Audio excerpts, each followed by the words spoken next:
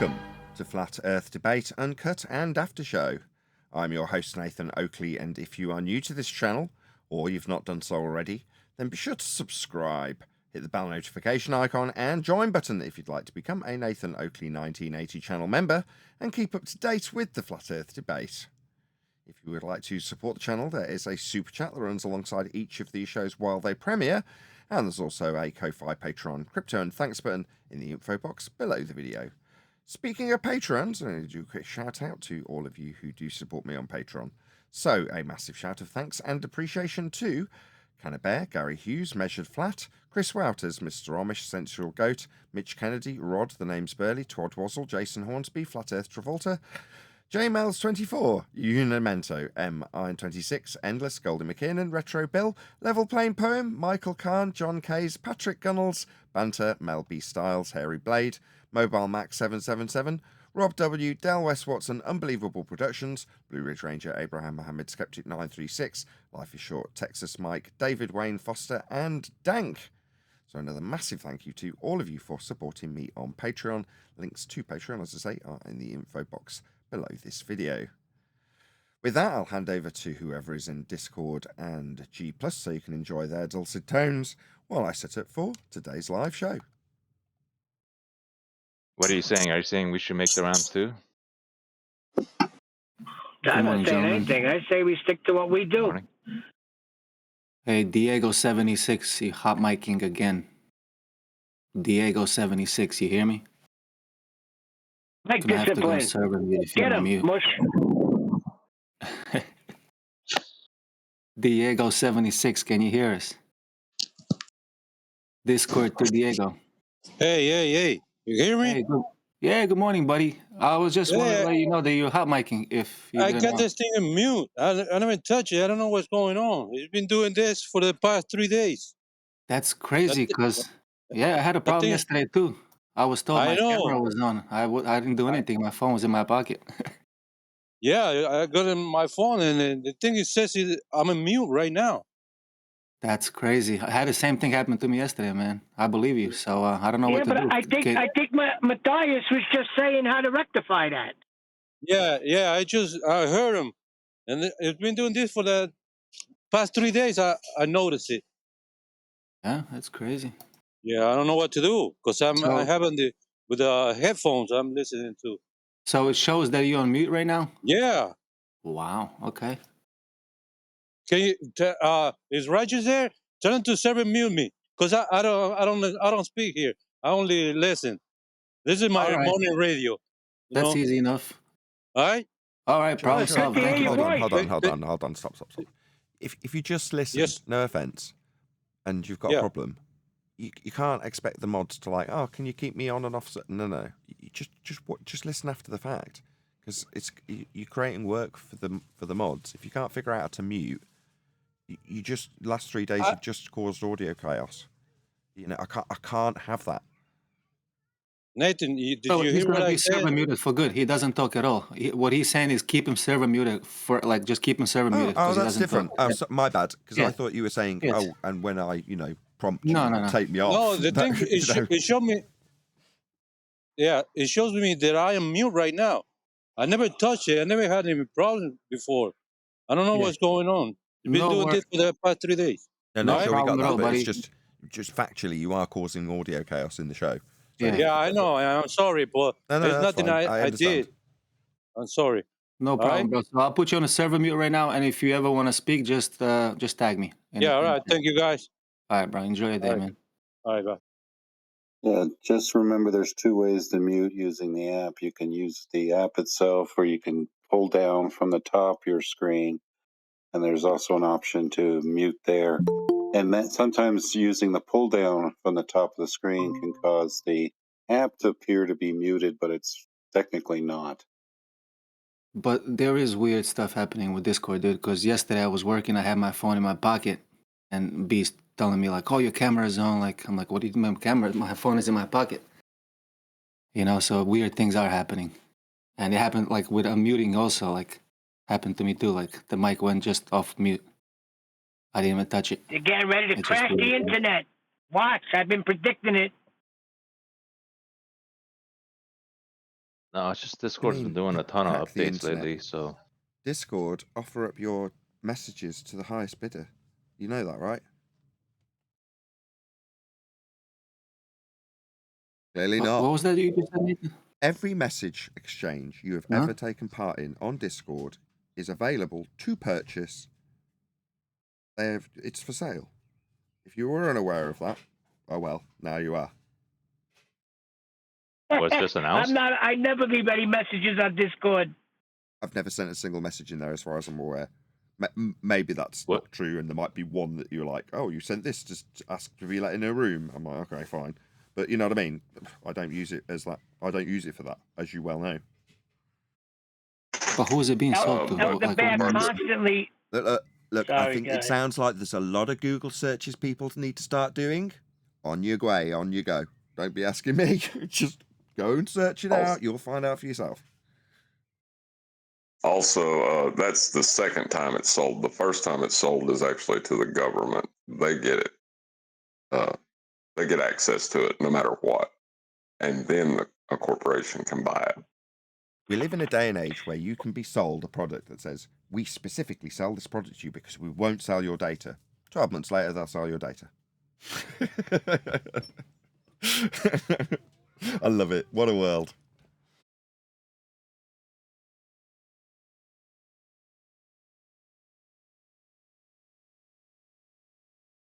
No one wants to say anything in Discord now. Don't worry about it.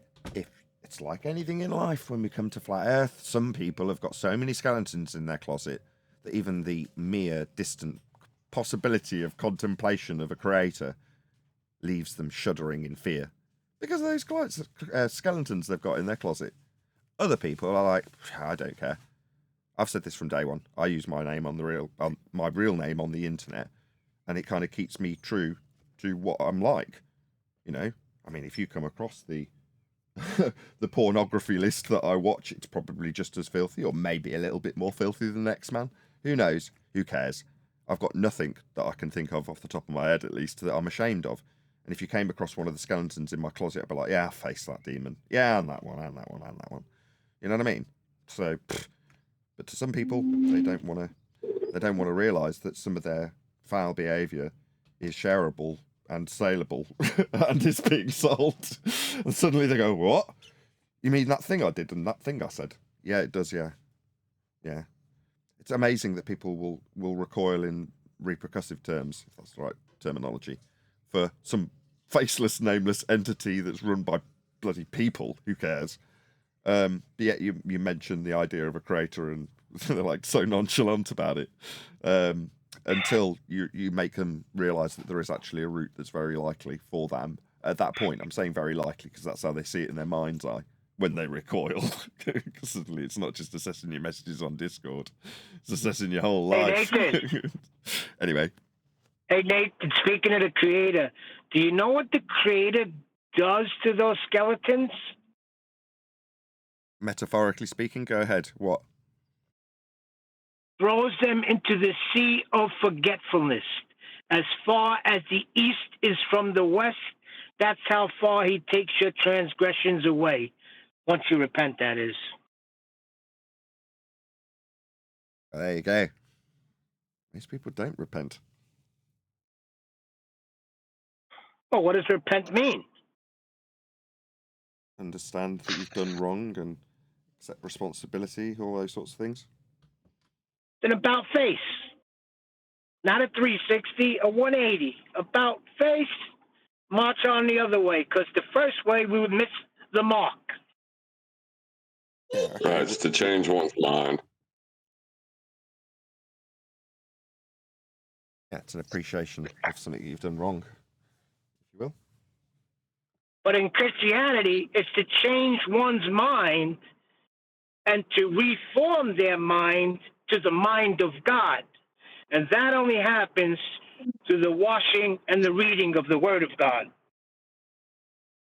Well, yeah, if you take the Christian direction with it, yeah. But the word itself just means to change one's mind. What was the evidence When of we the talk about the Creator,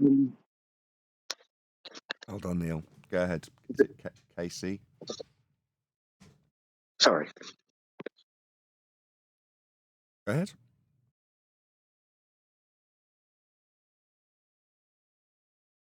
You're He going to said, ask. what was the evidence for a creator? Yeah, was it information must have a knower or something like that? You could oversimplify it that way, but yeah, in essence.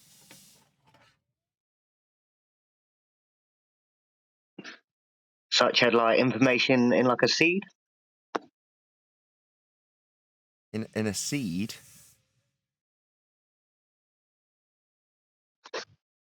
Yeah, for the seed to have the information to be a tree, would that be information that must be created by a knower, intelligent agent? Yeah.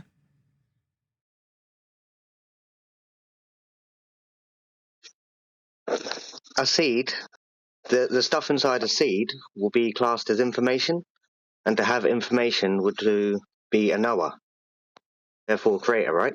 You're oversimplifying the path of origin, but yeah, in essence, yes.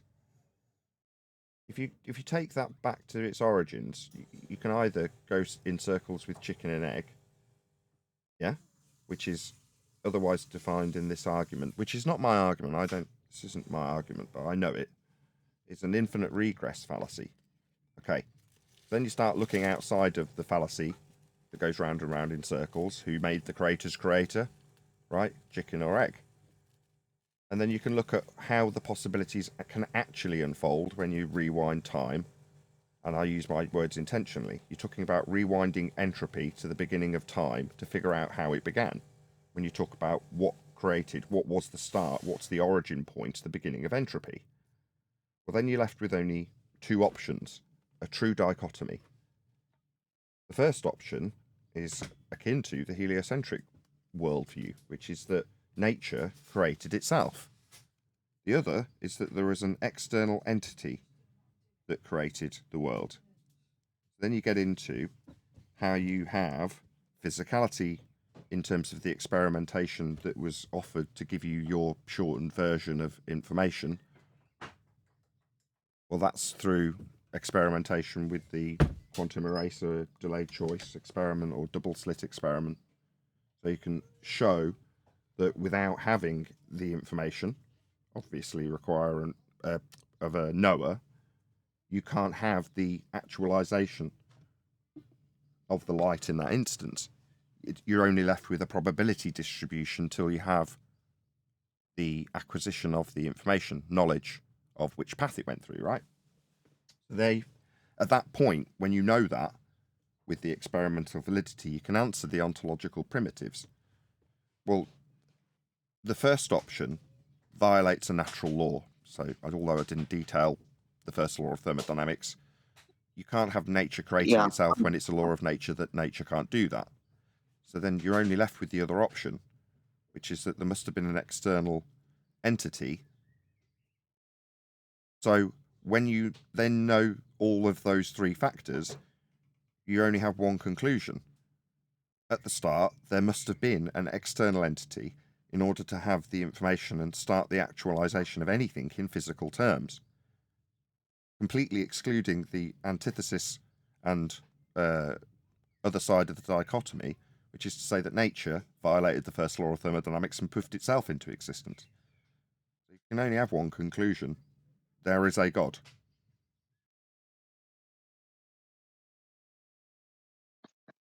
Yeah, I totally agree. As I say, this isn't necessarily my bag. I've just heard the argument several times. Because my bag is arguing the nature of the flat terrain, flat reality, that we can define how high or low the terrain is with respect to.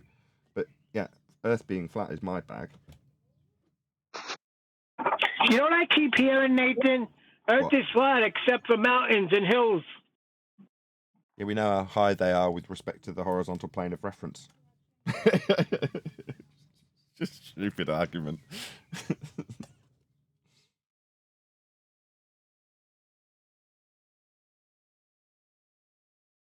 We know it's not flat. Look how high that mountain is. How high off the ground with respect to a horizontal plane of reference to describe its height compared to other things. So look how high it is off the flat Earth. Therefore, Earth's not flat. It's just such a silly argument, though, isn't it? And it's coming from flat earthers who just don't appreciate us diluting this down to the most simplistic of terms. We measure Earth flat. That's how it is. That's how it's dealt with. That's how it functionally operates to this day. We don't like that. We've got a much better argument. All right. Okay. Well. Yeah. Good for you. The argument, the much better argument is, I measured Earth to be not flat. Okay, Bev. With respect. Off you go. With respect to a horizontal plane of reference, so we can show how not flat it is. Okay. I mean, it has become laughable. Originally, when we first heard this, it did frustrate me a little bit. I mean, a little tiny bit. Because at first you don't know how the semantics actually lie. And then after a little time you realise the absurdity of their position. Mostly thanks to John pointing it out over and over again. You refracted as opposed to QE. Well, frustrating is because it's like, what are you doing? You say you're a flat earther. What are you doing when we got the silver bullet? We got it cocked in the barrel. All you got to do is pull the trigger, and you're saying no. I do not get it, and that's the frustrating part.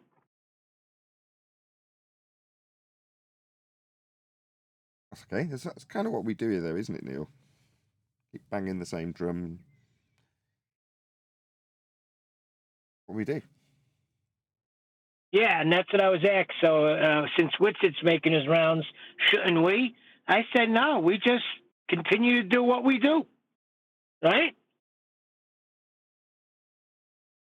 I don't know, when people compare me to other people, I try and avoid doing it myself. In other words, I have a path that I'm envisaging, if that's the correct word, that I can visualize in my mind where I need to be and how I need to get there and what I need to do, and if there's any obstacles that get in the way, you deal with them as and when they present themselves reactively. But from a proactive point of view, I kind of know what I want to do and how I want to achieve it, and you know, a lot of it does have to do with consistency and not burning myself out, and not falling under financially, things like that. And I just kind of got to focus on that. If you start comparing yourself to others, the easiest comparison isn't actually just in this regard with Witsit's behaviour in this example, but actually just statistically, it's really easy to go, well, if I look at this other YouTube channel, look at their growth rate versus mine. Or if you're a particularly miserable sod, look at that channel, look how worse he's... And I mean, you just drive yourself nuts, regardless of your inclination either way, for the positive or for the negative. So I just literally avoid that. It's like, I do what I do, and I'm trying to concentrate on my growth, my keeping my head above water. I never want to make it sound so grandiose to say my financial prowess in this wonderful world of YouTube, because it isn't like that. But you know, you've got to focus on what you want to achieve, and if you let there's always going to be someone doing better than you. If you were to compare in the positive, you'd always get to that level and go, well, there's this person doing better than me. How's that? You know, you just immediately forget all the people that are below you at that point, in statistical terms. Well, if it makes you feel any better, you know, I can look at my kids and recognize that they are more excited about watching a movie, playing a video game, or even having me read them a story of a fantastical place than they are about going to school. So education is not the funnest thing. No, and that's what this... I'm talking... I was just going to say that's what this is categorised as. So from DOT, this has been classed as education.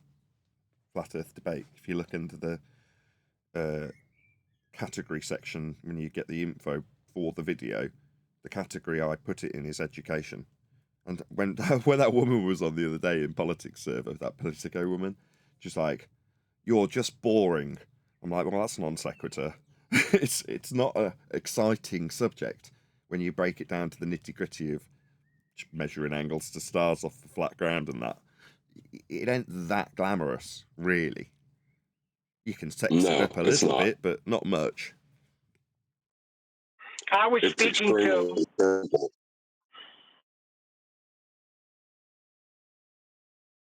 One more time, John. I just said it's extremely simple, but in its simplicity, there is complexities that need to be discussed. But that's where people end up with their religious faiths, you know? Yeah. I was speaking more to what Witsit is actually doing. And they said, should we be going out? I say no. I say just bang the drum slowly like we've been doing. Not comparing. I know you are because you run a YouTube channel. But I could care less. I do care about the information that he's putting out there. Sure. I mean, there's been a couple of times that I've ventured out in the last year or so.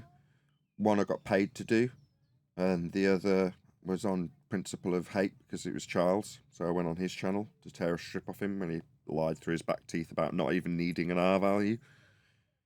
And he started doing it again, but I had to sort of rein myself in pretty quick because I've got a particular, you know, I despise teachers that lie to kids and know they are. Charles is one of them, so I despise Charles. It is a flaw in my character because I get very angry very quickly with him and other teachers that are like him in this arena. Katz was another one. I just couldn't seem to control my temper with him. My blood would boil really quickly. That is not a flaw in your character.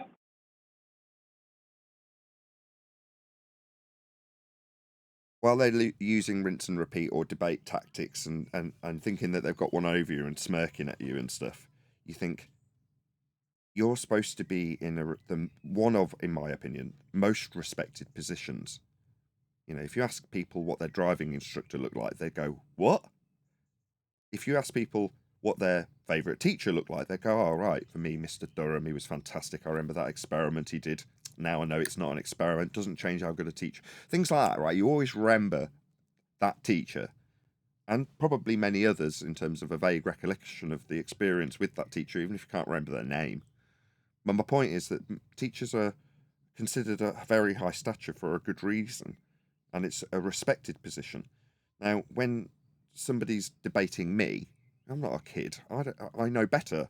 And when they're feeling that they've got a little gotcha because they've managed to weasel in some debate tactic lie that they need for their rhetoric, and then they have themselves their little smirk like Charles does, like I say, it really makes my blood boil because I'm like, if you're like this with me, when I can have one over on you intellectually and win a debate point and show that you are incorrect, what can a kid do? Bugger all, they just respect you and will listen to every bit of bullshit that you feed them. And in the back of your mind, you're smirking while you're doing it, aren't you? And that kind of disgusts me.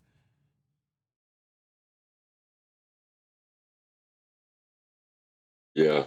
But I'll tell you what, his name, Flat Earth Math, it's so, it's not ironic. What do you call that? That he would call himself Flat Earth Math, and then it turns out all their math uses the flat Earth. Yeah, it's irony that he's used it to dupe flat earthers into thinking that he's on their side when he first leaves a comment that seems like it's in support of their position when they don't know him. And then he reveals that he's actually a glober. Oh, no, I go by flat earth math because I show how wrong it is. Oh, how ironic. Because we would call you flat earth math because everybody uses flat earth math. Earth's measured flat. His name testifies that he's a weasel. Yeah, I'd agree with that too.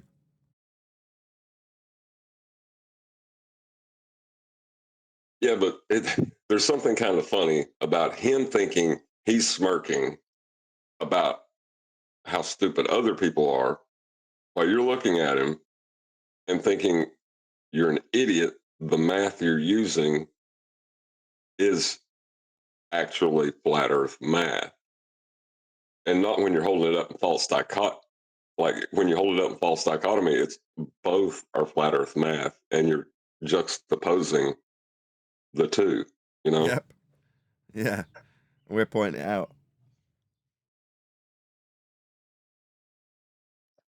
Get out of the black swan. No, not necessarily. Because where this slips into the black swan argument is that when they make their claim of a radius value 3959, that claim in the first instance is strictly speaking, by what John's just defined, a flat Earth claim. So they're holding up a surface level derivation when you raise in altitude and then calculate the difference between the eye level at altitude. So that's a flat surface level and a parallel eye level that you'll use to make this differential calculation to infer that Earth is a sphere with a radius of 3959. Ergo, it's a flat Earth mathematics with flat surface level that they're using to claim a globe. They will then hold that up in false dichotomy with a pizza pie that's flat Earth that has no use in reality, that they say fails because they'll plop a flight on it or whatever they'll do to say that that fails. But their globe that they're saying will win isn't a win for the globe. In reality, it's a win for flat Earth if they say it wins, because it's a testament to the flat Earth elevation angles used to create that model, measured in reality on a flat Earth, hijacked to suggest that they're proving a sphere with it. So flat Earth math, Charles, is ironic because he's using it to smirk at us when we don't realise he's not on our side. And in ironic terms, he doesn't know that he's actually using flat Earth math to make his stupid sphere claims when he uses his gotcha, I'm not actually a flat earther. I know it's a sphere because of the flat Earth I used to measure to infer it, would be our response to him in 2024. You follow, Casey? Yep. Casey? Yeah, I don't understand how they don't get it. Because they'll think they're in the centre of the earth if they do it their way. It's madness, really. Yep. I mean, the whole centre of Earth thing is a transposition after tangent plane acquisition of points that are ground positions that are out in space for them that makes no sense. Well, they can't actually continue with the process without anybody noticing. So they have to infer that because of the vast distances of the stars, infinite in this instance, define their own rhetoric in this instance again, we can take those angles to be the same as the angles that would move to the centre of the sphere Earth, with its axial-based, orbital motion-based system derived from a flat Earth measurement of Polaris to give you that orbital motion and spherical Earth. Yeah? So, again, it's where they move a tangent plane with a single point on the ground, and you can't then say ground positions match it. You say, well, no, we're working from the equatorial plane, and we'll plot our position with respect to the angle at the centre of Earth, and then the angle that comes out from the equatorial plane can be plotted onto the sphere Earth surface as a PZX triangle with Haversine conversion.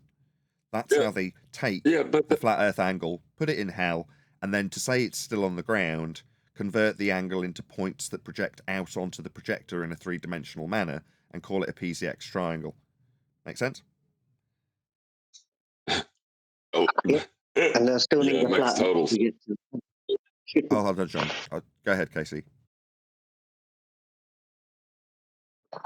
Yeah, it makes full sense, and they'll still need a flat Earth just to get to the centre of the Earth. You know what I mean? To get the radius in the first place.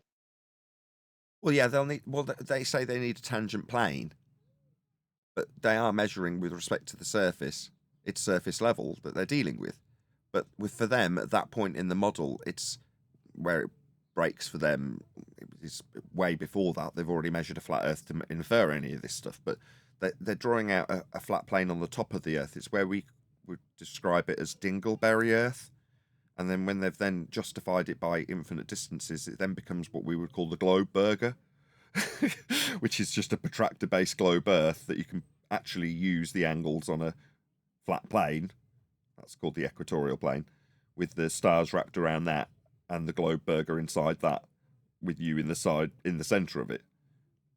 But if you were then to say, well, you're not actually standing in hell, how does this work? They'd just project those angles off that flat plane that are the measurements you originally took onto the globe protractor in the model and say that you're standing on the surface of the angle that you've just measured from hell.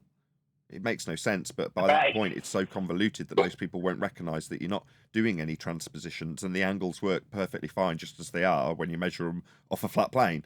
There is no transposition in the actual method. It's on page 97 when they say, oh, well, by the way, if you did want to use this on a sphere, this is how you do it. But you can't, because they're mathematics. They say a tangent, right? That's what they tell us. But that's not what it's called in their mathematics. It is specifically labeled. I don't know why they call it a tangent.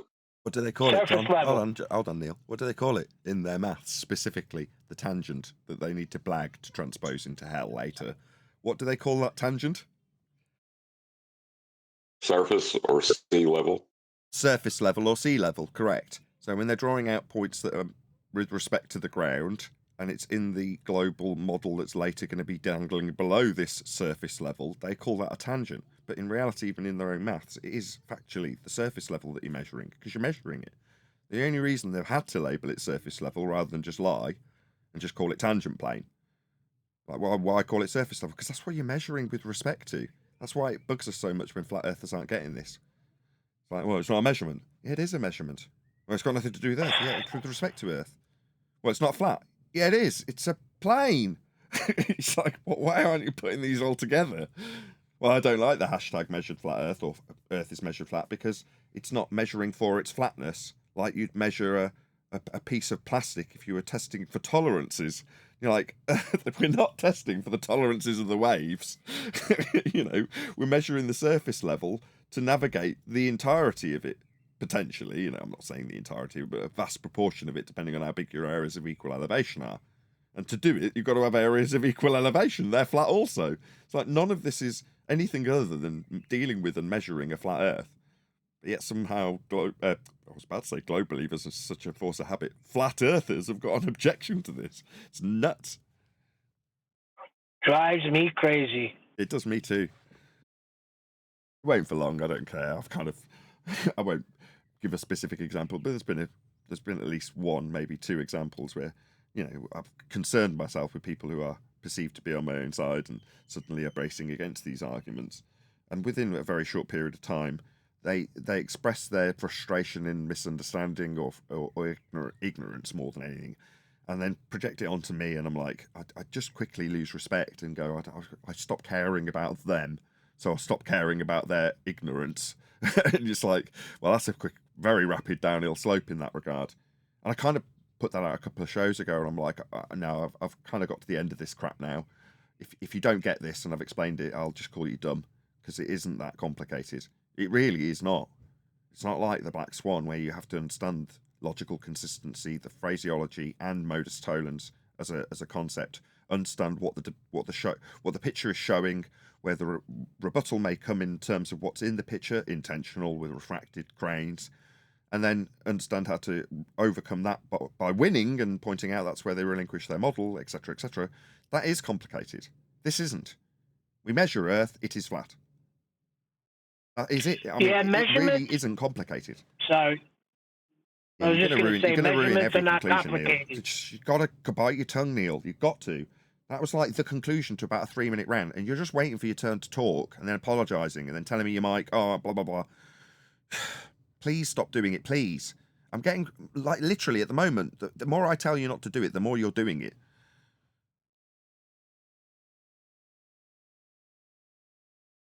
Go ahead, Neil. Just to change the silence.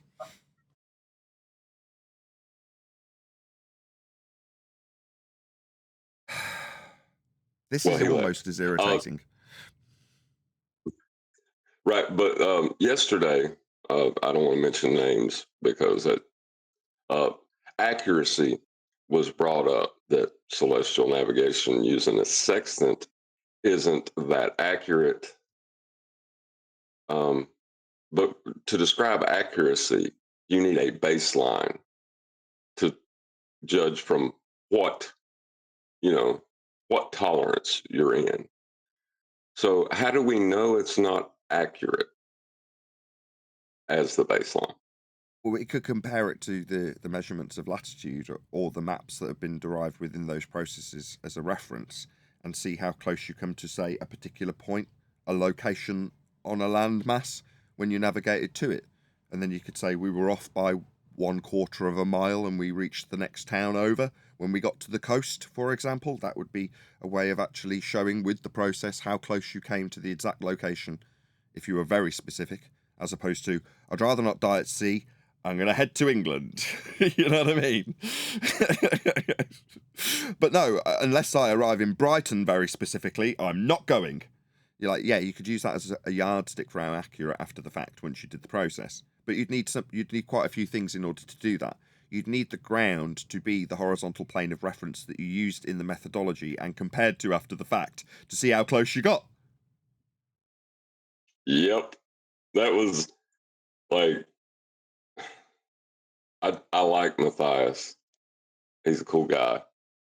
And I hate to see when people get tripped up with wordplay. And it's just wordplay.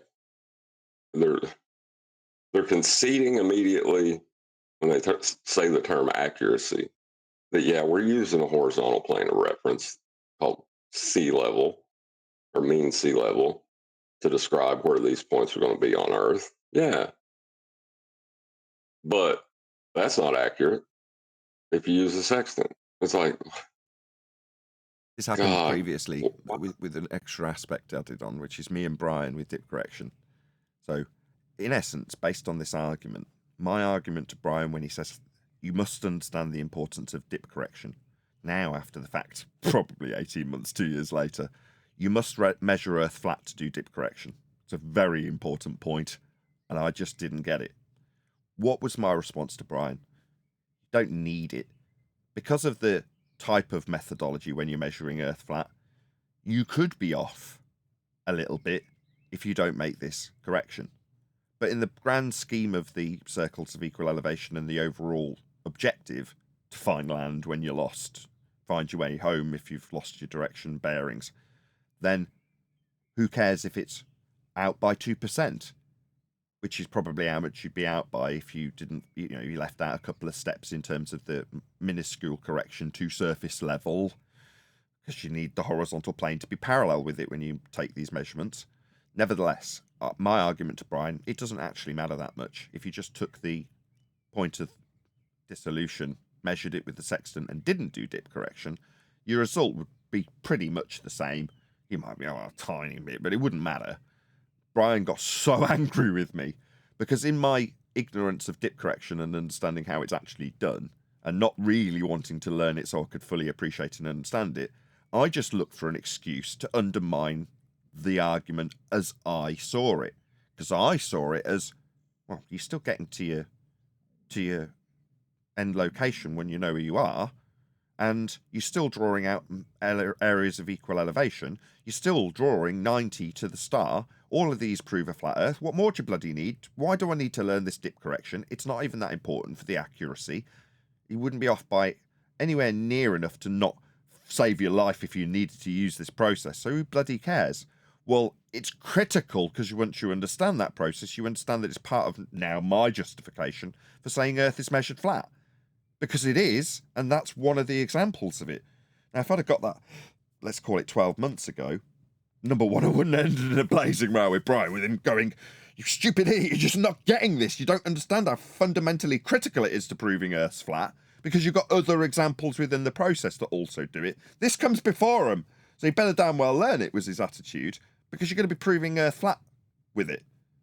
But me, I'm like, it doesn't even matter for the accuracy, because I'm missing the wood for the trees. I'm seeing my objection as the point that is relevant to his overriding flat Earth measurement. It's like, I can understand now, looking back on it, why he was so frustrated with me. But with 2020 hindsight and that as an example, I can now say, well, if we keep banging the same drum, eventually the penny will drop for many others. And I like it. There's been, in every single point that we've gone through on Flat Earth debate, there's been plenty of examples where people have told me, it took me 6 months to get this. The penny dropped when this guy on the panel, Neil, said this. And as soon as he said it, I got it. It just instantly clicked. All of the different parts of it I understood. Doesn't matter if it's gas pressure without a container, elevation angle measurements.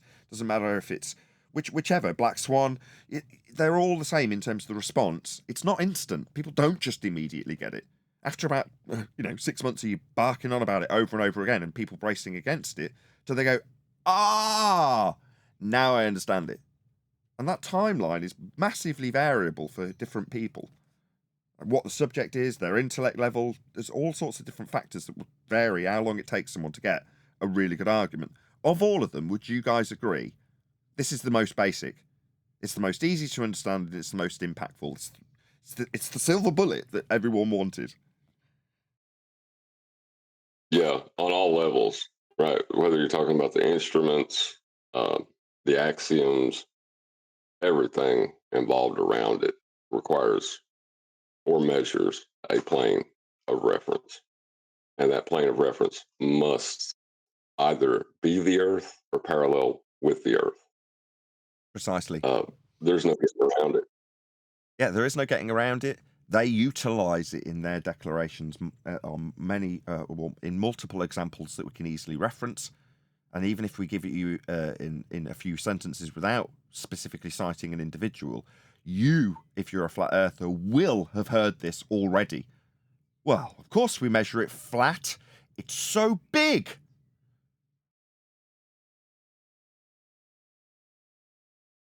Yeah, we measure it flat. They measure it flat. Earth is measured flat. I hope Neil comes back. Yeah, I've been fielding a lot of moans. Like loads, the amount of people moaning about Neil's timing, which is what they don't know they're saying it. I'm going to paraphrase what people actually say because this is being recorded. But what they're saying is your timing's off by about a second and a half. And, you know, that interruption in timing just breaks the, I was going to say, the tempo. That's the right word. Yes, it is. Tempo of the show.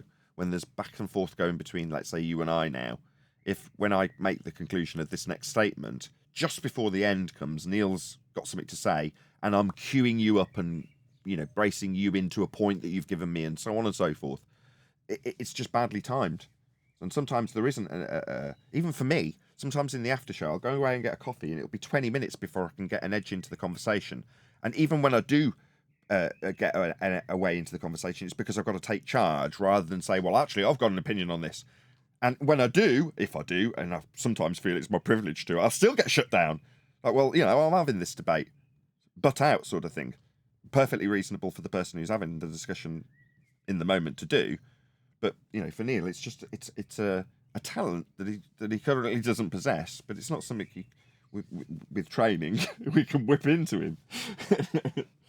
But he's just got timing issues. He's literally off when he interrupts by about a second and a half. That's it.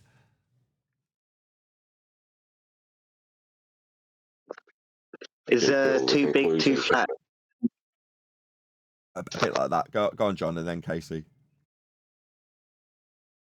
I was just saying, he's getting worked up. Like you said, your 3-minute rant. He's getting worked up by the point that you're drawing, and he wants to get to the end of it because he's excited. You know, it's excited that in him. And, you know, like you said, it is, I guess, self-control kind of thing, but like, I didn't want to say it. I'm glad you said it. It is a self-control issue. And he'll blame the, well, I wasn't hearing anybody saying anything when I butted in. Yeah, okay.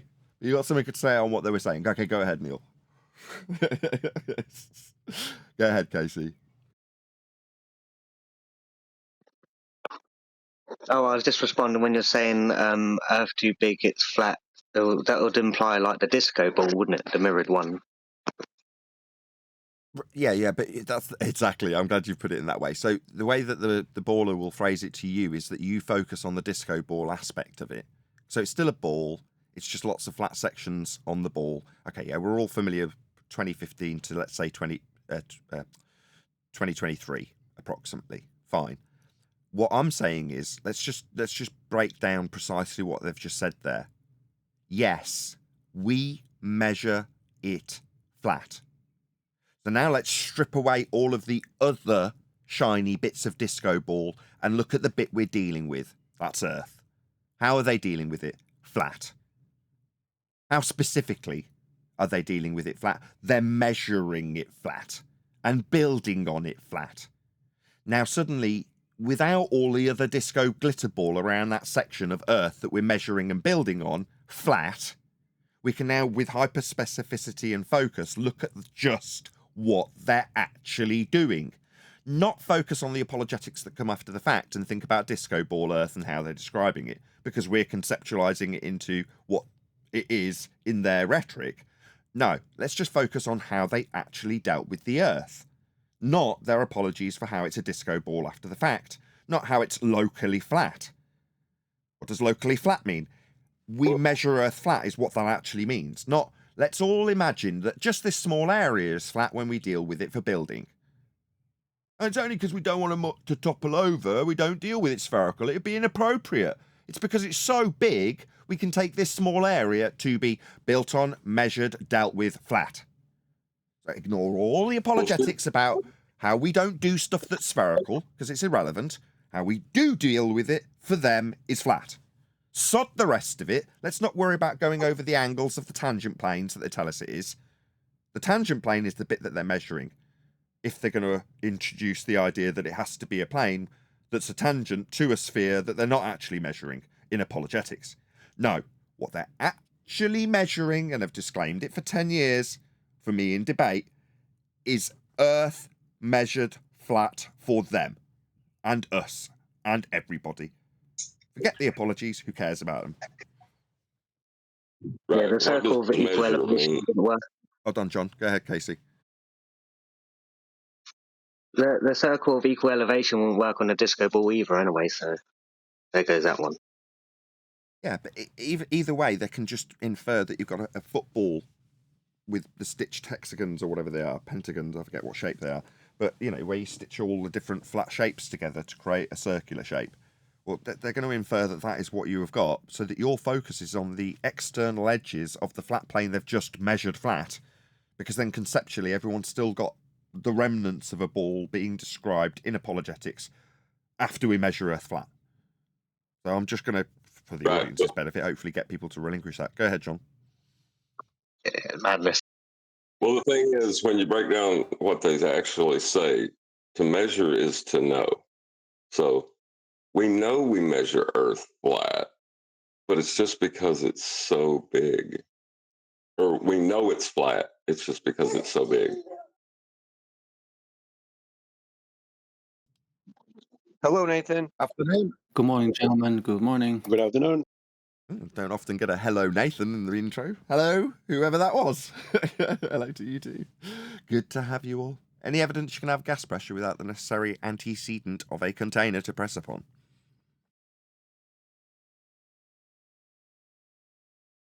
The concept that there's an infinitely expanding area of space above our head comes from the celestial sphere model that's based on a flat plane. Everything okay, Righteous? Yeah, everything's good. Okay, cool. You only normally join when there's something going awry. So, yeah. Well, not always, but okay. We're going to be covering Witsit by popular demand. So several people contacted me personally, and several people left comments in other videos that they wanted to cover this. So just before I started recording, I did take the time to go through the first section, because it tends to be the case that there's a bit of maybe argy-bargy, waffle, whatever you want to call it, at the beginning of each of these shows, when you want to get down to the nitty-gritty of what their debating points are. So, for those of you who want to check this out, maybe leave them a comment, let them know. Nathan Oakley 1980 on YouTube sent me. I'll stick a link to this video, if I can, there we go, copy. I'll even stick it in with the live stream chat. So as is normally the case, you can let this videographer know, being the Baptist Bias is the name of the channel over on Rumble, that Nathan Oakley 1980 on YouTube sent me. And we're going to be covering this today. But so you know what happened in the first 17 minutes and 25 seconds of the video, as I've just literally gone through it. After the general introductions, there was I'm going to say it's 10 minutes. I was spinning my way through it, so I don't know the exact amount of time, but it seemed like about 10 minutes of Owen Benjamin basically telling the guy on the right, don't add hom. And the guy was really reluctant to just say, no, okay, fine, I won't use this logical fallacy. It took 10 minutes, and Owen Benjamin had to get pretty stern in that 10 minutes. So there you go. If you want to check that out, you can listen to 10 minutes of Owen Benjamin going, no, it's not reasonable. It's not part of the debate. I just want you to concede here and now that you won't add hom. What's wrong with it? You know, that was kind of what the general theme of it was, and probably why Witsit's got this grin on his face when they actually get to starting, which is about now at about the 17-minute mark. So has anybody in the Discord server watched this? already? Yeah, I saw the first 10-15 minutes where Well, that's Owen useless Benjamin is to going. us. Because that was Owen Benjamin saying, let's not ad hom. That's pretty much it. Yep. Anybody actually watch He the said he's debate? gonna blow the horn in the guy's in a screen. He has a horn. So every time this guy commits logical fallacy, he said he's gonna blow the horn. Who did? Owen Benjamin? Owen Benjamin, yeah. You'll see. I hate this already. I mean, even Yeah. when it's my own and it's Quantum Eraser with his soundboard, I cringe and just think of 1980s disc jockeys. You ever seen The Simpsons when they showed the radio DJs out at some event like a football game and they're actually at the back of the stand rolling the records, and then you see them honking the horns and doing the and all that sort of stupid stuff along with their gags. And you're like, oh, this is so cringe. There we go. Obviously, that's what the masses want: honking horns and soundboard effects. It's just, I don't know. I don't make out like I'm some highbrow toff or anything, but it just makes me cringe. Anyway, enough about that. Anybody else that's actually watched the debate? As I say, plenty of people got in touch with me about this, so I would expect at least one person to say, yes, I've watched this. I was offended because blah, blah, blah, blah, blah. Oh, wow. Literally nobody's watched it. Okay, well, it's obviously just the people in the YouTube chat. I'm sure there's going to be a few people that say they've watched it from the chat. Please let me know if you had any comments on it on the YouTube chat. Hopefully that's given enough people time to have left a comment on that videographer. As I say, it's the Baptist Bias channel, and the actual video is called Flat Earth Debate, Austin Witsit versus Jonathan Shelley with Owen Benjamin, the Baptist Bias. There you go, check it out. Hopefully a few of you, as I say, have left a very nice and polite comment that says or indicates that we have covered this video by basically saying Nathan Oakley sent me. So, should we crack on? If there are any comments, please give them now. I'm literally about to press play, but I'll give a couple of seconds in case anybody's got any comment before we do start. Okie dokie then. We're going to start the clock. We are. We're going to end up friends after this. We will. You'll see. I'm going to start the clock at 5 minutes. And so Witsit is arguing in the affirmative that the Earth is a flat, not moving plane. Pastor Shelley is arguing against that it is a spinning ball in a vacuum. All right? So that's the parameters. All right, let's kick this thing off. Let me get my little clock. Yeah, break down the false dichotomy that is flat Earth versus flat Earth then. Go ahead. Well, it is a false dichotomy, first of all, but he just challenged Witsit with the positive claim. No, it's part of their rhetoric. It's measured flat too. So the positive claim then becomes that you're standing on a sphere if you're going to use a claim structure for this, right? So immediately by stating Witsit has the positive claim, he's put it, he's switched the burden. No, I didn't catch that. I did not catch that because it was just after it was started. I was looking at things and gauges and such, but kudos, that was a good catch. Yeah, he's flipped the burden onto Witsit unjustifiedly because the other guy has the positive assertion that Earth is a sphere in a sky vacuum, an outrageous claim that requires an outrageous standard of evidence. Meanwhile, as John has just pointed out, both claims, Witsit and this guy's, require a horizontal plane of reference to start the process off in terms of Earth measurement. That would be Earth measured flat for the globe believer's claim to pad out. His origins are in a flat Earth. Witsit's origins are in a flat Earth. There's also, on top of the flat Earth measurements used for both parties, an outrageous claim that those measurements can suggest that we're on a sphere. Therefore, ergo, the opponent is Witsit. The positive claimant is the guy on the right, whatever his name is, Jonathan. He's the positive claimant, not Witsit. You're right. Reset and go. All right. So thanks for having me on. Thanks for modding, Owen. So the position is pretty simple. We were kind of all told that the Earth is a spinning ball and then it flies through space. But if you actually think about everything logically, we need to step back. And so the default position is actually that the Earth is a stationary plane. So yeah, I take the affirmative position that it is. Perfect. Props to Witsit. Sharp cookie. The stationary plane, and that's supported with every empirical piece of evidence that exists. So we obviously don't experience the Earth moving. In fact, we have highly precise interferometry measurements that have shown that the Earth's not moving. We obviously see the horizon. No, you did well and then immediately ruined it. We have interferometry claim to prove a negative, non-positive claim. No, Earth not moving is not a positive claim that needs affirmation by interferometry. So you flip the burden onto yourself into a positive claim for a non-positive position that has an extraordinary claim from the opponent that we are spinning at 1,000 miles an hour in velocity at the outside edge. So no, this isn't your positive claim, but you seem to have taken that upon yourself. I wonder why. Well, I wonder what else interferometry will be useful for Witsit in this debate. Oh, I could only imagine.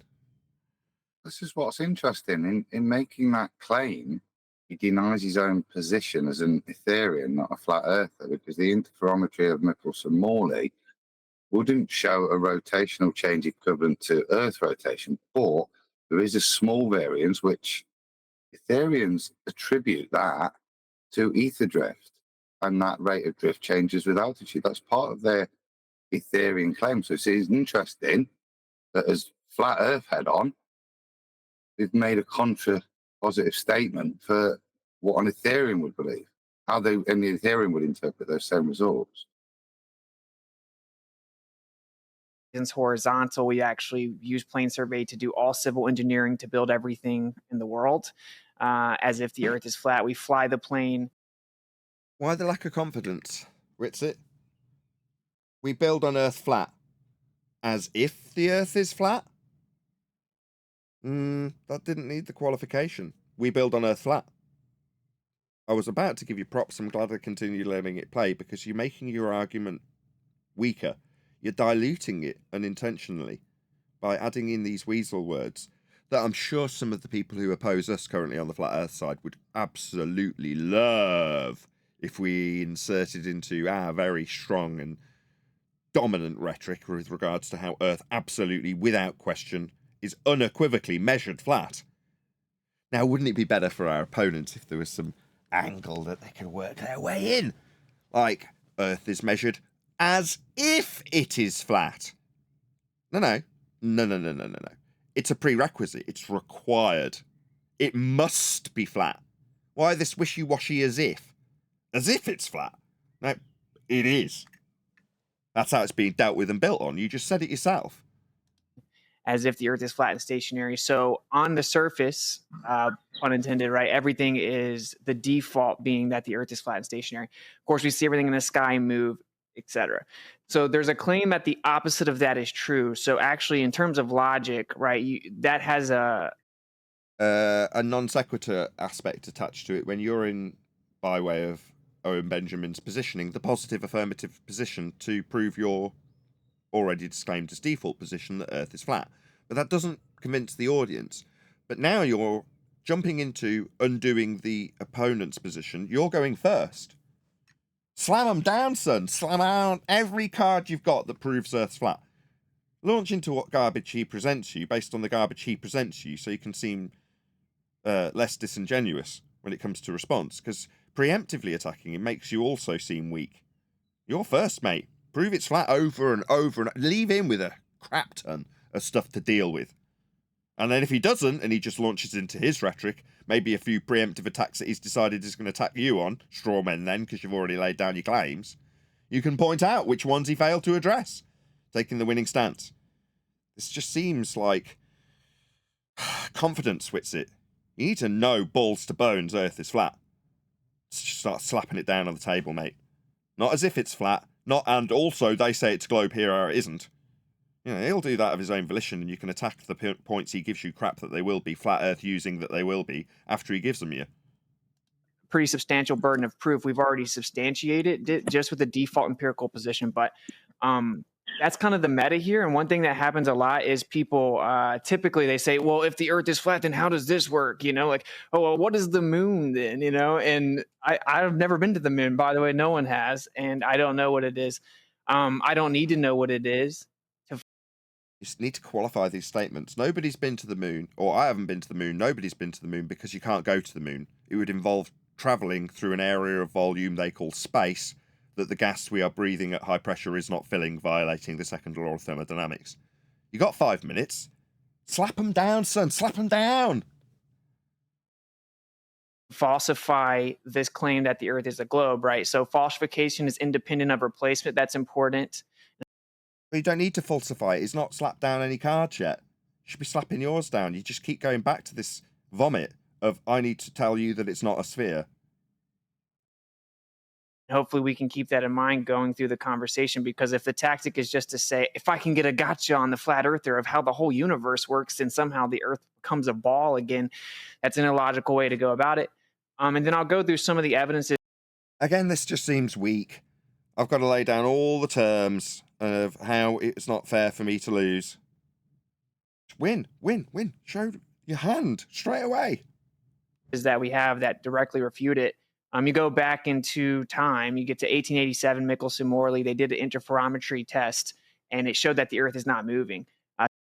So let me get it straight. You're going to ramble on about how default positions work, and then take a non-experiment you've now relabeled as a test and claim that it proves the non-rotational default position of stationary that's non-positive. Just seems like you want to introduce this test for some reason. I mean, what do I know? I've got no idea why I'd have an ulterior motive to do such a thing. Anybody got any idea why I might want to do this? Because it's non sequitur. Well, if you held other fundamental religious beliefs which are more important, then you need to work these things in. What could be more important than proving Earth's flat, Adam? I don't understand. Showing that we're a manifestation, an induction, yeah. Like I say, people... so much so that... Sorry, my bad. Accident. Well, no. This is the issue, isn't it? We're clouding the argument by trying to put in our separate argument, which is to do with the nature of reality for him, not to do with the nature of the surface. Two different things. And I say fundamentally, though, he's contradicting himself. Don't know why he's stating something that does demonstrate some movement and citing that it's not. Someone that was actually aware of his arguments would be, I think, holding him to account here. But again, why cite something? There's no need. He's already made the most important point that he's got no claim. Everything we experience doesn't support anything other than flat and stationary. Make that, and I thought he made that well. But now we should be slapping him, shouldn't he? Black swanning him, celestial navigating him, taking him on through maps. He's got 5 minutes to just destroy the guy, and I think this is more apologetics, isn't it? Well, I think, as you said, he's preempting his opponent's argument a little bit. Be confident, just for anybody watching, right? I don't want to get to the audience to get the wrong idea about what we're doing, right? Number one, as much as this might annoy some flat earthers who've heard us moan about Witsit and what he does with ether, Witsit's generally a pretty good debater. I'm not going to decry him of that, right? We are trying to sharpen his tool to the point where it'll cut a human hair if you drop it on it, as opposed to, it's pretty good, which he is. He's pretty good. So far, he gets an easy 8 out of 10. And I would suggest that if anybody likes to laud this kind of stuff that we critique Witsit with over him, I absolutely guarantee that he's probably better than 99% of the people watching the show at debating and can cope with pressure better than you. That's the more important detail, the fact that he can do something like this in front of a camera, under pressure, with an audience, and an opponent that's going to throw things at him that he doesn't expect.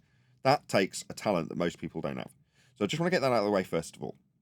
Second of all, what we are trying to do is raise the game of generally everybody with the use of Witsit as our muse in this regard, right? He's our canvas that's got half a painting on it. And we're like, this could do with a bit more detail. But at least we've got a painting to work with, right? So don't take it the wrong way. And the same applies to Witsit if he was listening to this, actually. You know, if he was to come back at me and go, why would you critique me in this way? Like, I've got to set the stage, I've got to do these things, and for the people who are newbies, if they don't understand why I'm not taking the globe apart, he could give me 101 excuses, and I'd probably agree with all of them, and then reiterate every point I made to make his blade sharper. So don't take this as being Witsit's done badly, because it doesn't seem on the surface so far, would you not agree, Adam, that he's done badly? It's just at this point where we're getting really critical with him. He's introduced part of his religious belief in ether to this debate, having not necessarily got to the stage, and we didn't know that before it happened, but got to the stage where he's laid down a few cards that are unequivocally proving flat Earth in the mind's eye of the audience. He hasn't done that yet, and he's on to his religious belief in ether and introducing Michelson-Morley test, rather than slapping down those cards. So you could argue, well, he's got all day. Yeah, he has. But last time this happened, it cut straight to a commercial break. And I'd have preferred at least one card got slapped down proving flat Earth before that happened, but it didn't. So it's the same critique, and, you know, maybe Witsit's listening, maybe he's not. I just don't want anybody to lord it over him like he's doing a bad job, because he's not. No. I mean, if anything, I'm talking to Witsit when I'm putting critique in, and it's no one's going to be sitting here going, "Oh, he doesn't know what he's talking about," etc. Yeah, I have ultimate respect for Witsit, yeah, but there's still parts of it that are disappointing because they're not to do with flat Earth, and I'll keep saying them again and again and again to his face. I'll say them, not bitching. Yeah, it's just apparent straight away. We're being sarcastic, a little bit of parody, but straight away we're off flat Earth. We're into ether, and it's not 2015. We've got something to be front-footed with. We've got something that we can slap down now and make a claim and make them deal with it and watch them flounder. And it's disappointment that we're now, 5th month into the year from front foot forward, and somebody as prominent as Witsit, who does know the argument, isn't using it. Yeah. Well, he's got all the elements already, and he's already put them down, which is useful for me, because he's already said, okay, they're going to be building with respect to a flat Earth, on a flat Earth, and Earth is a predisposed flat plane. It's the default position. So he's got all of the elements. So when you put all those together, you can concisely summarize that as Earth is measured flat. But he's wishy-washy and describing it as if it is flat to soften the blow when it doesn't need softening. It needs sharpening and strengthening and giving it more impact.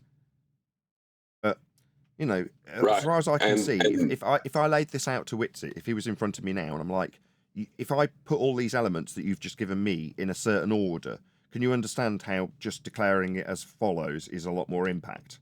Earth is measured flat because of the predisposed flat position that we all take, how we have actually physically measured on it that you can show with examples of measurements, and the measurements are taken with respect to the horizontal plane of reference and sea level for elevation. So it's all being measured flat, dealt with flat. It's Earth as a flat plane that's being measured in your own examples. So would it not be beneficial to, in an impactful manner, slap that down on the table immediately, and then perhaps qualify why that is the case after you've really given some impact? Earth's measured flat, here's how. You already know the rest. You've given it us already, but you topped it off with as if flat rather than starting with Earth is measured flat, as you then described it to be. So, like I say, this is just a rearrangement of what he's already said.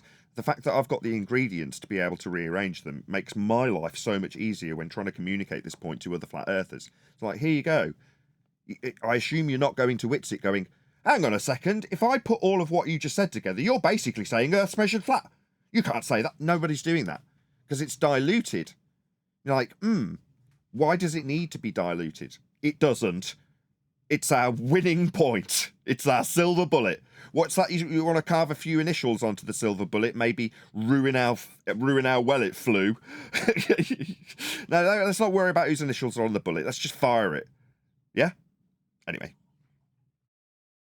But the thing is, like, you don't ever, like you said, the if statement, you don't, the best you're going to do if you put a measurement into an if statement is affirm the consequence. But you'll, not to say that it's your conclusion will be wrong. It just makes your argument void. So it's frustrating. If you're going to do it, you need to take their claim away right away by addressing the angles that they're getting ready to steal off a flat plane. And that's all they're doing in the most simplistic of terms. They're stealing the angles off a flat plane. Those are the measurements that they're stealing, and it's Earth that they're stealing them from, and it's flat when they measure it to steal them. But it's all for the rebuttal, isn't it? There's no need to go where Refracted will go yet until the other guy speaks. Let him get it all out and then destroy him with what John said. But this is your opportunity now to say why it's flat, not why ballers even measure it flat to build a ball. This is just make the positive statements we can now make in 2024. Right, but that is a positive statement, what I just said. It must be flat to acquire an angle. That point needs to be driven home. Yes. Right, we'll crack on. The grappler named Einstein had to come in and change all physics and say that time slows down and the measuring rod contracted to deceive us into thinking that the Earth is stationary, and that's the modern claim of physics today. The grappler named Einstein, fair play with it. So just funny. To claim the Earth is moving through space, you actually have to say time slows down to trick you into thinking so. And that's a positive claim that literally can't be verified at all. That test has been replicated hundreds of times, even in modern history. So the interferometry measurements show that the Earth's not moving. Now we've got a juxtaposition between Einstein and Michelson-Morley. So we're into him introducing his own false dichotomies. Wow. So disappointing. The most precise way to measure motion in the world. And actually, when we do detect a rotational motion with, say, ring laser gyros, it changes with altitude, which is impossible on a sphere. The actual measurement would have to stay the same at latitude, regardless of altitude. So that's a direct falsification of the claim that the Earth is moving, which is actually, again, the positive claim that needs to be substantiated anyway. He's utilized latitude in his description. Latitude is a part of both his and his opponent's claim, and it's measured flat. It's an angle to Polaris off a flat plane. But we're already using how it's proving Earth isn't spinning, and that Michelson-Morley is a better juxtaposition with Einstein in the race to prove we're not moving.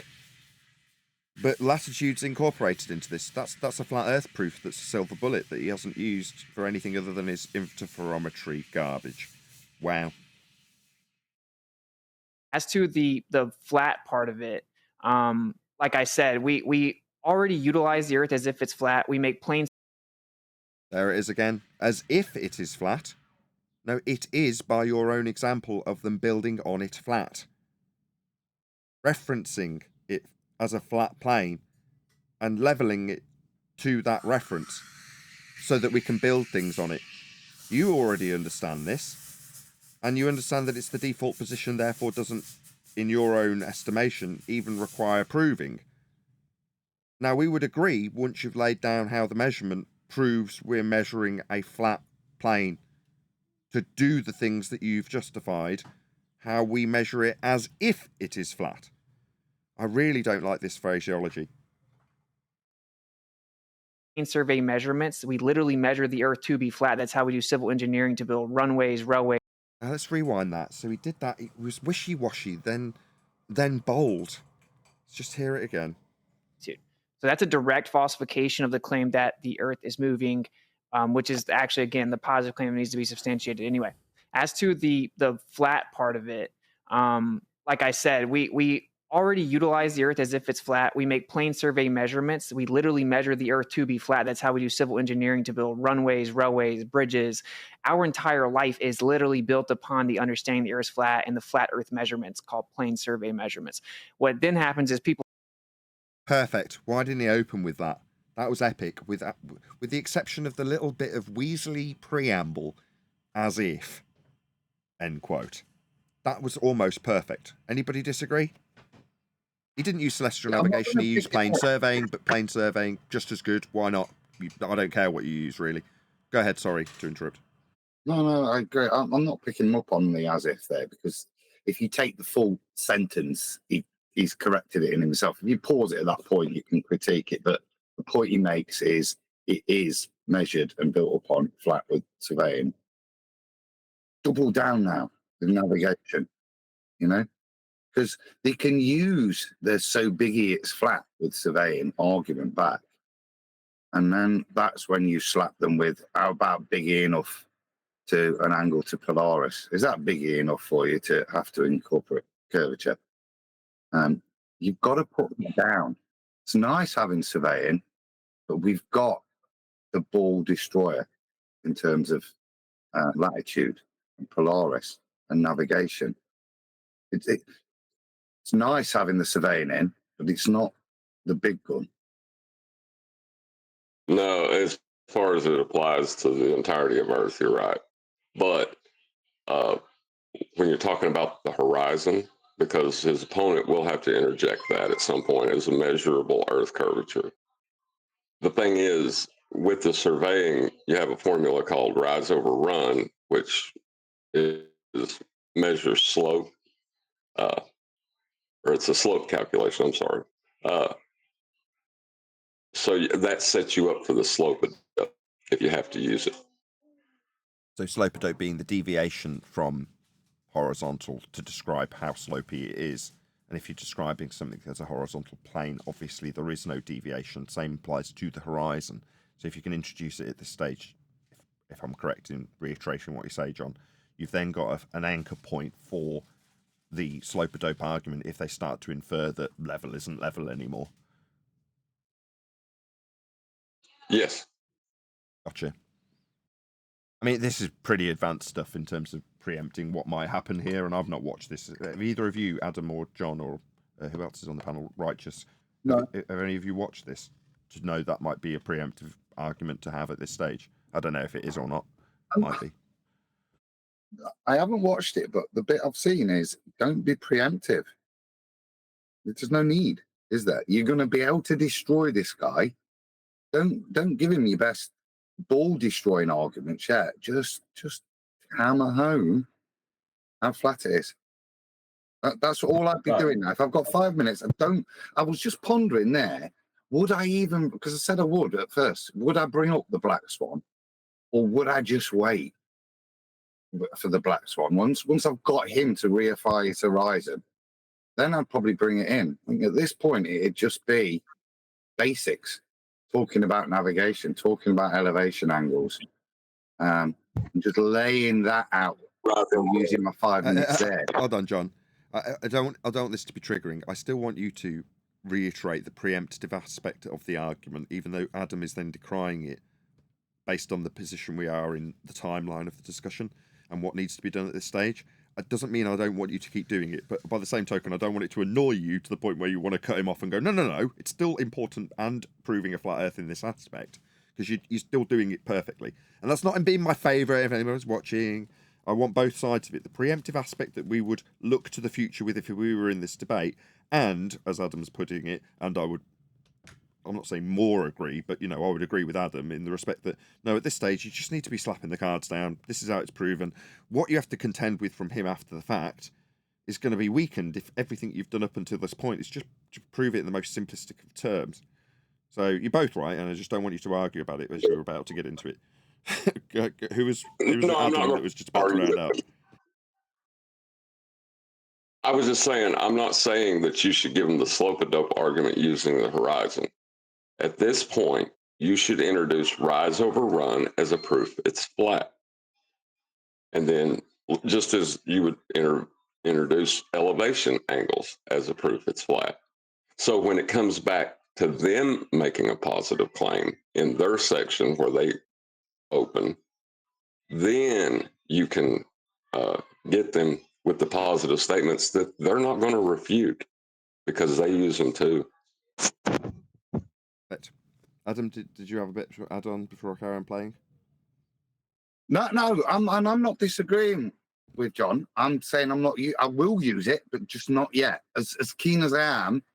The other thing I bring up is gas pressure, because there's a claim of rotation here, and I would hate to go anywhere near Coriolis, but I'd want to address it, and I think I would use gas pressure at this point and make a few simple statements of natural law. Not going much further than that. Like I say, I'm just stating facts right now. I want him to challenge them. Yeah, with his weak argument and weak rebuttals, and then I'll hit the detail. So yeah, I'd probably try and also work in my 5 minutes gas pressure, and what its requirements or what its antecedent is. Okay, there's 112 people watching, and I can only assume it's because I've updated the title of the show and put Owen Benjamin and Witsit's name in it. And based on the amount of messages I had, lots of people did want us to cover this particular discussion. So I assume that's why the numbers are slightly higher than they would be at this particular point in the show. But if you've just joined us, very warm welcome to you. Please share the show if you've not done so already. Thank you to all of you who did share the show, because it's probably been enticing the people who've come that are extra to the normal 100 people that would have at this sort of time. So very warm welcome to you all. Please share the show. Smash the share button. It's only a couple of clicks, and you can stick it on Facebook or X or wherever it is you share. Wherever it is you use will automatically appear in that little box underneath this video where it says share. So click it if you've not done so already, and a massive thank you if you have.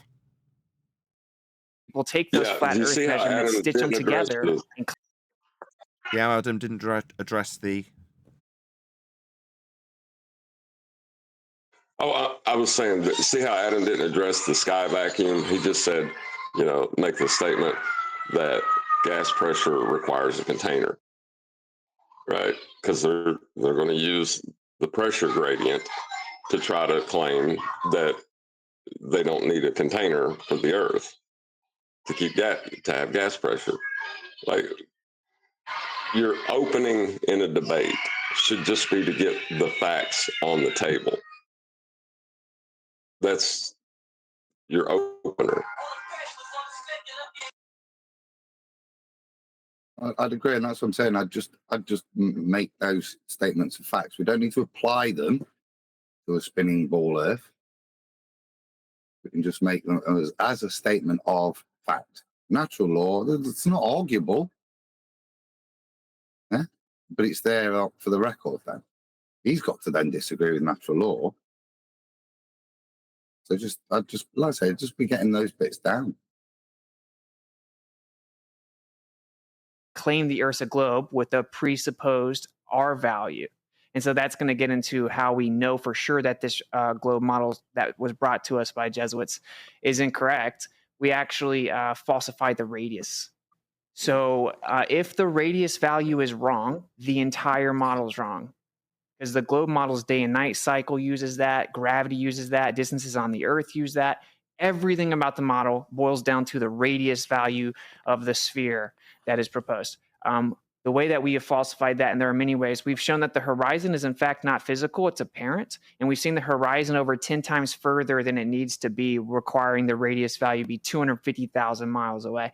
Basically just saying the R word, saying refraction doesn't make it true. You have to substantiate that. We also have line of sight radio wave transmission. Again, he's into preemptively dealing with certain aspects of certain arguments, in that case, Black Swan. No need. I mean, if you're going to use that as a tool in your arsenal, whip it out when it's time, but it kind of makes me think he's got a lack of... Yeah, now he made it. Go on. In the mind's eye of the person watching, he's, the presupposition is set that it's a sphere. Now we got to prove it's not, like we got to prove how not curved it is in that individual's mind now, because of the way it's being set up. That go far beyond the limit of the curvature of the Earth, and microwave transmissions up to 10,000 miles, and it should get blocked at, say, a couple hundred miles. Yeah, I absolutely hate this. It should get blocked. So yeah, you're absolutely right. You called it perfectly. He's, in the mind's eye of the audience, working on how much Earth would get and should get in the way of these transmissions based on his phraseology. So yeah, he needs to do some work on how he phrases this stuff if he's going to use them as proof. It's a funny one to word, though, isn't it? Because it's a bit like the sea sparrow. It's a bit like lasers. It's a perfectly good piece of technology that isn't commensurate with a ball. Yeah, and for all intents and purposes, the signal transmission is calculated, measured, and applied over a flat plane. It's an older one, but like with the Sea Sparrow missiles. But it is a flat Earth proof and worth mentioning. Yeah, and I don't think you have to. Like I say, you have to be careful with the wording of saying we see too far or we can send signals too far. If you use that terminology, it's you're making the wrong point, aren't you? But I think if you make the statement that it's not commensurate and is only applicable, same with radar. This is all done and calculated using a flat plane. And I think that's probably where I try to take these older arguments to, that all of them are applied to a flat plane, be it radar or anything. There is no, Yeah, the same applies with just seeing stuff. So I take this to the example of two guys standing over on a bridge overlooking an estuary, and on the other side of it there's a town, and in the town there's a high clock tower, and one guy who's a flat earther turns to the other guy and goes, "Oh, check it out. You can see that clock. I bet if I had binoculars I could read the time off it." And the guy next to him says, "No, that is not a clock. We are seeing too far."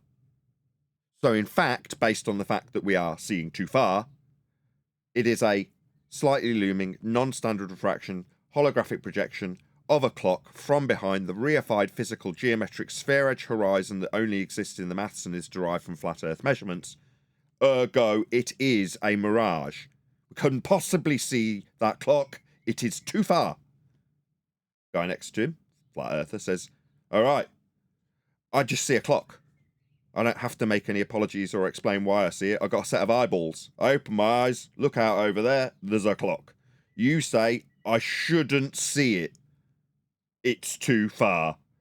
And then explain why I can bloody see it when I open my eyes." And that's what you've got to do if you're a bull believer. What's that? We see the Chicago skyline. It shouldn't be there. It's too far. It's a mirage. Because there should be a physical geometric sphere-edge horizon that we've derived from measuring a flat Earth and the differential between surface level and eye level to infer there's a hill that only exists in maths that gets in the way when we see it. So it's not really there. That's the garbage nonsense that you've got to adhere to if you want to be a bull believer and you just want to deny the evidence of your own eyes. Or radar, or whatever else you've got as the exact same example that should have a sphere edge in the way. No. It's not that there should automatically be an assumed sphere edge in the way and we need to explain why it isn't. You're just seeing stuff. You're just measuring stuff. You're just targeting stuff. You put a laser on the boat, you shoot the boat. That's it. What's that? We should have a hill in the... No, we shouldn't have a hill in the way. That's for our opponent to make as an outrageous claim that doesn't pad out. Don't be misinterpreting that which they have to justify their burden and where it fails as you needing to preemptively defeat that argument. You don't. You just see a clock, you just see a clock. Get on with your day. The fact that that shouldn't be there for a globe believer who thinks there should be a hill in the way but isn't. Yeah, black swan. There is no hill. There is no earth curve. What are you talking about? It's just a clock.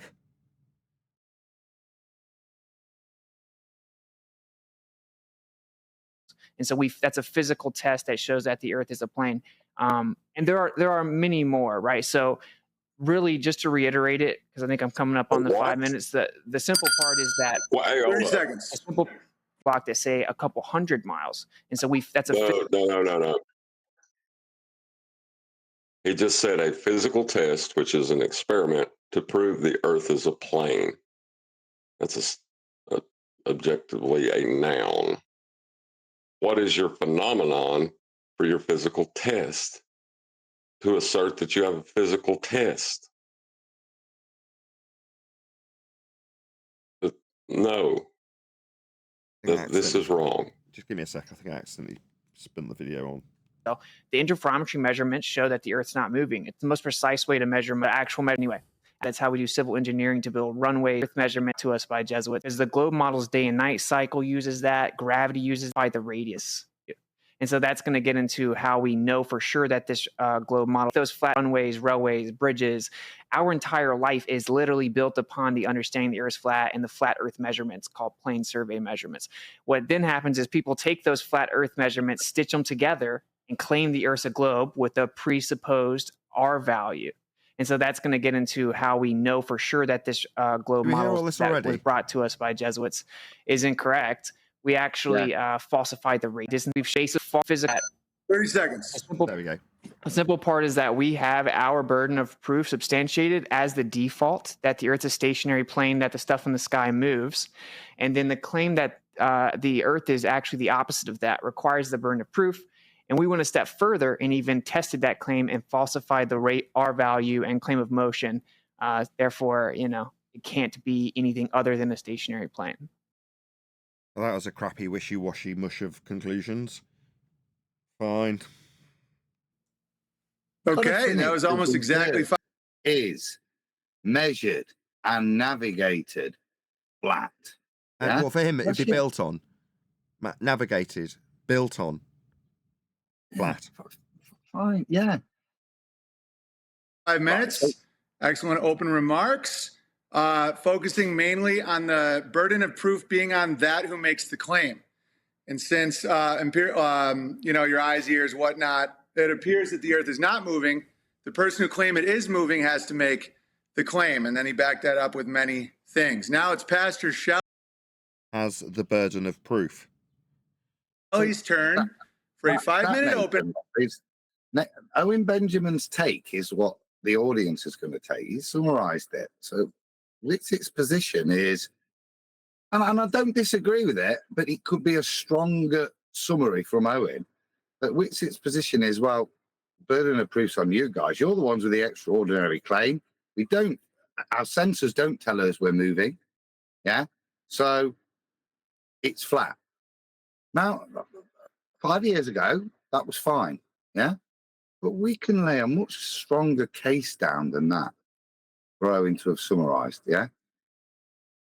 That's the disappointment. I'm not overly critiquing Witsit. It was just there's certain key things that we can boldly proclaim that just aren't in there. And he knows it. I don't get it. Yeah, you open with Right, Earth like is with measured the- flat. Every reference, every utilization of every point on the surface in terms of navigation and building is flat. It doesn't matter what your claim is in regards to your beliefs about the world, you will start with a horizontal plane of reference that you will measure. That would be to say that the Earth is measured flat. And then you launch into examples with celestial navigation or building or whatever it is you want to slap down on the table. Well, you can also go, because they're going to try to introduce axial rotation. This is why it's important to know your opponent's argument better than they do in a debate. Because when they introduce axial rotation later, if you already have as an understood and known statement that the stars are rotating with reference to Earth as a horizontal plane, they have no reference from which to describe those stars later on. And that's what me and Adam have been talking back and forth about. It's easier to deal with their positive claim after it's accepted as a fact, your statements. I know we're thinking after the fact, but I think I would have wrote something if I was given the opportunity for a 5-minute ramble. This is kind of what we're developing now.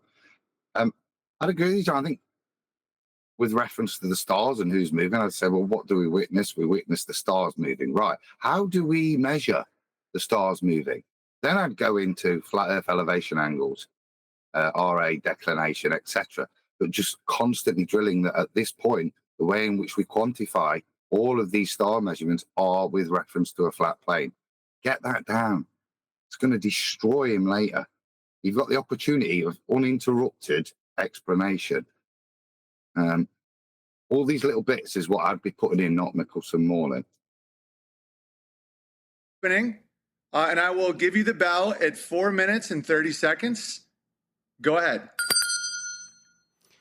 Well, I did have a opening statement prepared. I'm not going to be able to read that because apparently ad hominem is not allowed. So I will appeal to the parts of what I was going to say that don't necessarily bring up Bible verses or what this conversation's about. But specifically proving the Earth is a sphere takes about 30 seconds. There's plenty of YouTube videos online that prove that. You can watch them. There's 1-minute videos, 2-minute videos, 10-minute videos. There's plenty of things that appeal to all the evidences and all the proofs. Pause. Is that not appeal to variety fallacy? Appeal to length of time. Debate was There's loads of flat Earth proving videos as my opening statement. There's 1-minute videos, 2-minute videos, 3-minute videos, 5-minute videos, 20-minute videos, an hour-long video. There's loads of videos proving flat Earth. You can go and look at them. They're out there. That's your opener. Crap. Well, it's also appealed to this proof. Why did you appeal to this ambiguous proof? What is the proof? Like, where are you at, dude? There's proof of unicorns out there. There's loads of videos on it. They're 1 minute long, 2 minute long. You can insert anything you like there for this baseless assertion and then appeal to some format that's got the proof provided on it. It's like saying there's loads of proof out there. You can search it out. There's a methodology that's really easily accessible called Google. No, I want to know what the proof is. Well, you can look for it on Google. There's 1-minute videos, 2-minute videos. Crap. These are the numpty ramblings of globe believers and how they think that their standards fulfilled. My standards fulfilled by saying a lot of people are talking about it on YouTube. I don't need to tell you what they're telling you or how it proves it. There's a lot of them and there's a lot of different lengths of videos. Number one, the stars are flipped from the northern and southern hemisphere. Hemisphere, as in the description of the angle measurements after angle measurements have been taken with respect to a plane and described in the celestial sphere with respect to a flat plane. That's how they're measured. See, this is where Adam and John's discussion made perfect sense in hindsight. Glad you had it preemptively, because we didn't know this was going to happen.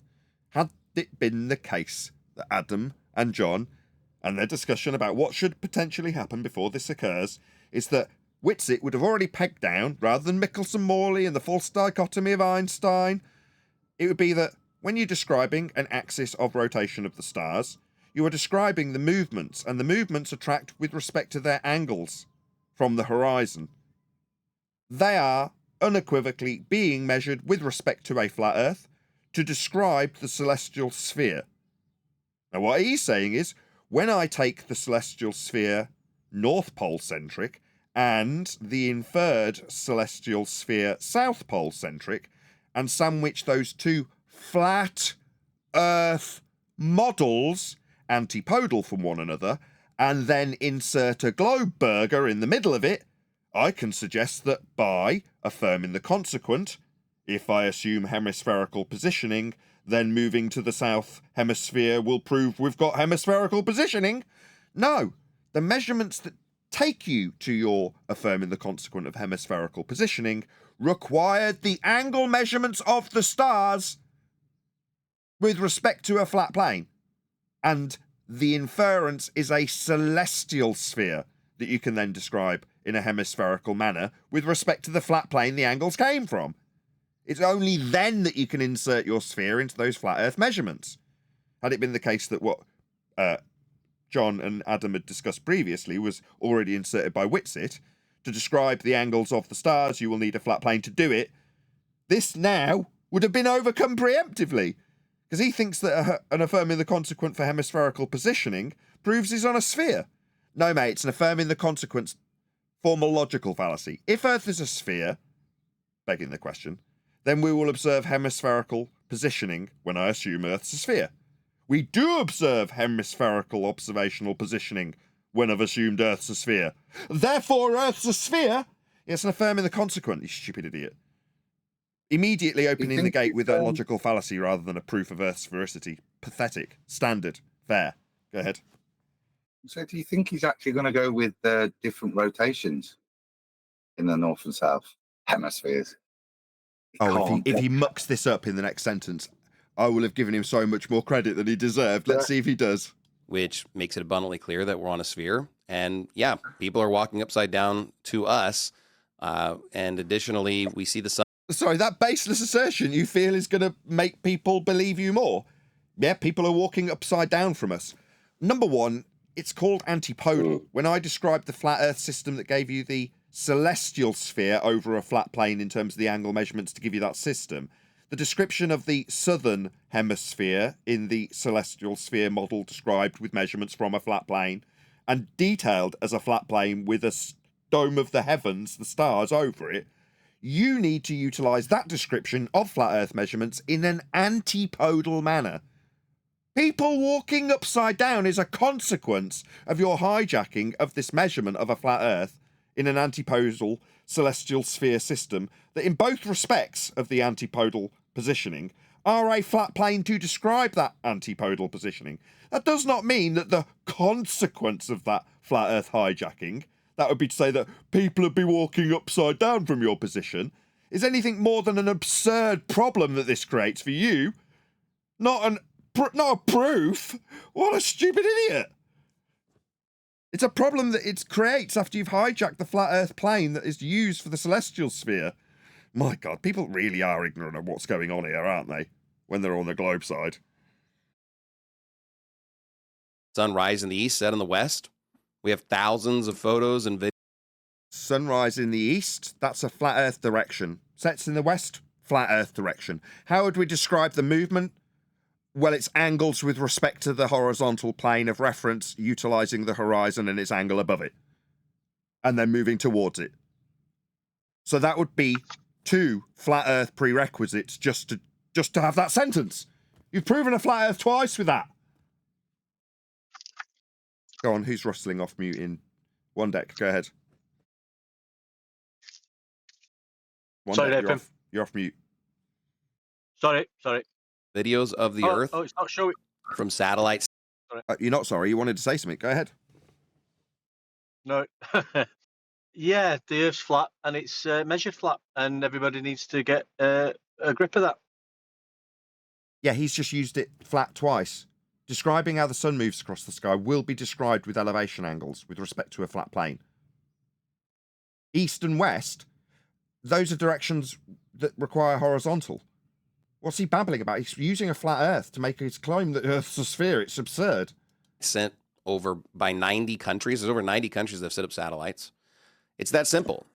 Sorry, sent up satellites. When you say up, you mean the direction with respect to ground level? Up.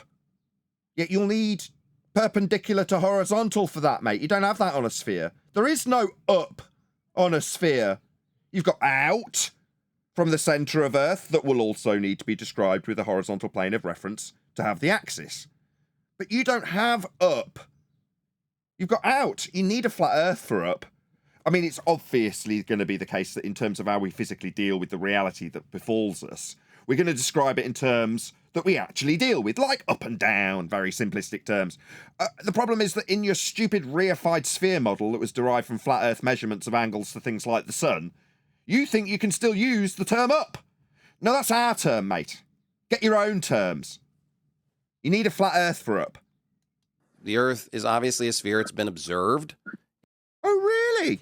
You feel that it's observed, what, at the horizon, debunked in 2020 with the Black Swan? Or observed from a sky vacuum in violation of the second law of thermodynamics to take pictures from space of the gas below violating the second law and not dispersing into the area the picture's taken from? I'm going to go with no, it's a second law of thermodynamics violation to describe a sky vacuum to take pictures of Earth as a sphere from space. There is no space. Gas fills space. We're breathing high-pressure gas. It's been Hence why it was tested. important in Everything. your preamble to mention you can't have gas pressure without a container. Like I said, you didn't need to go into any more. Wait for him to make his claim. He's made his claim. We've got communication devices floating in a second law violation. Also, this is a point where you could detail that the concept of infinite or near infinite distances are applicable only in the celestial sphere, and that's with respect to a flat plane. So even that concept requires a flat Earth. Yeah, they just keep doing it. We've just got to keep barking and banging the same old drum that points out that all the Glober's trick is to use flat Earth measurements and take those measurements, calculate them into sphericity, and then claim that they've won. When in reality, all they're doing time and time and time again is using flat Earth descriptions, like up, like northeast, south, and west. Yeah? When he's describing the path of the sun, it is factually measured. It's used in our mapping system for longitude. So we've got a system in place on a flat Earth and angles to the sun measured off a flat Earth. That is factually how these systems are derived. They're the ones that have actually got practical application. So Earth is practically dealt with as a flat plane, and the descriptions prove it. He's using them too to claim it's a sphere. We're not seeing this. We have thousands of photos and videos of the Earth from satellites sent over by 90 countries. There's over 90 countries that have set up satellites. It's that simple. The Earth is obviously a sphere. It's been observed. It's been tested. Everything we experience in our lives confirms a spherical Earth as well. Okay, you don't test if something's a sphere, right? You can measure something in terms of its sphericity, but it's not a test. Yeah, you're in a category error. Go ahead, whoever that was.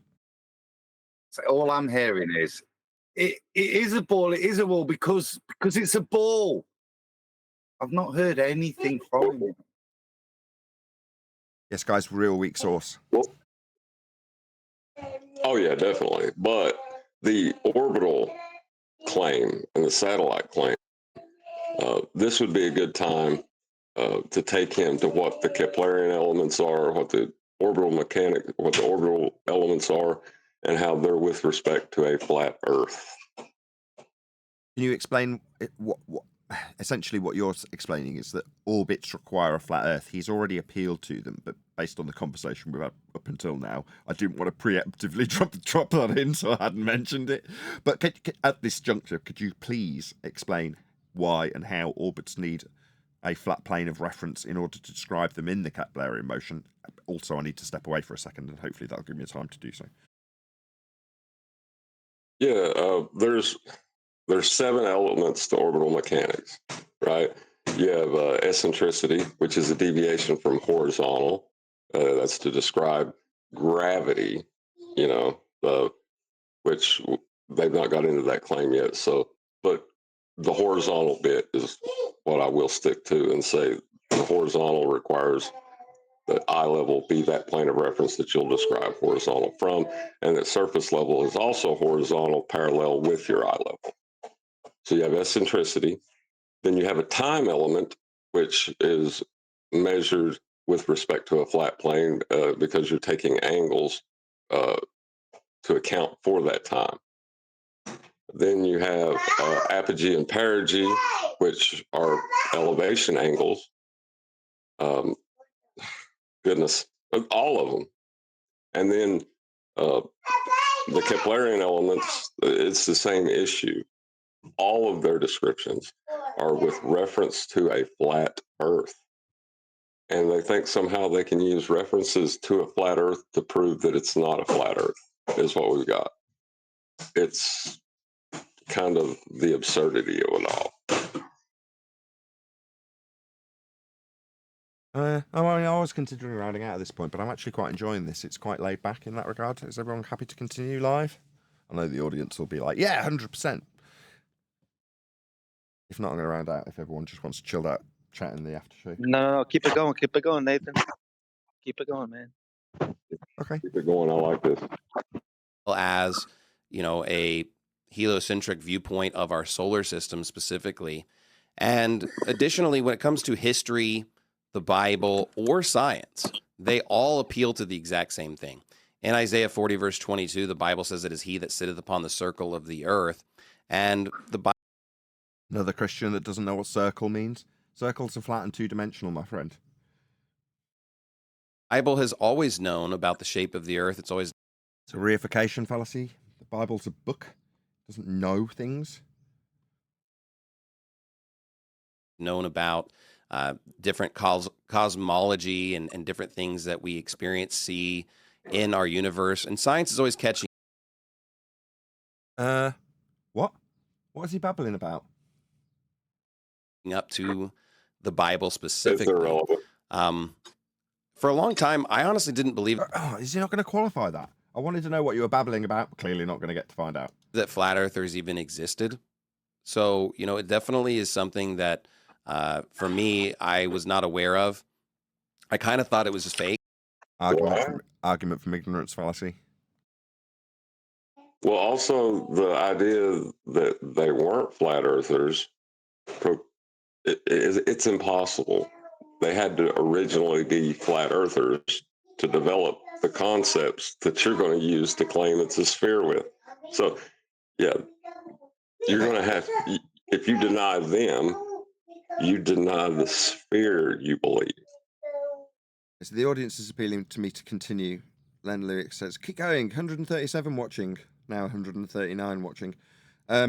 Great, yeah, I mean, I should really thank everybody who's just joined us. So if you've just joined the stream, very warm welcome to you. I'll do the same call to action I did a couple of minutes back.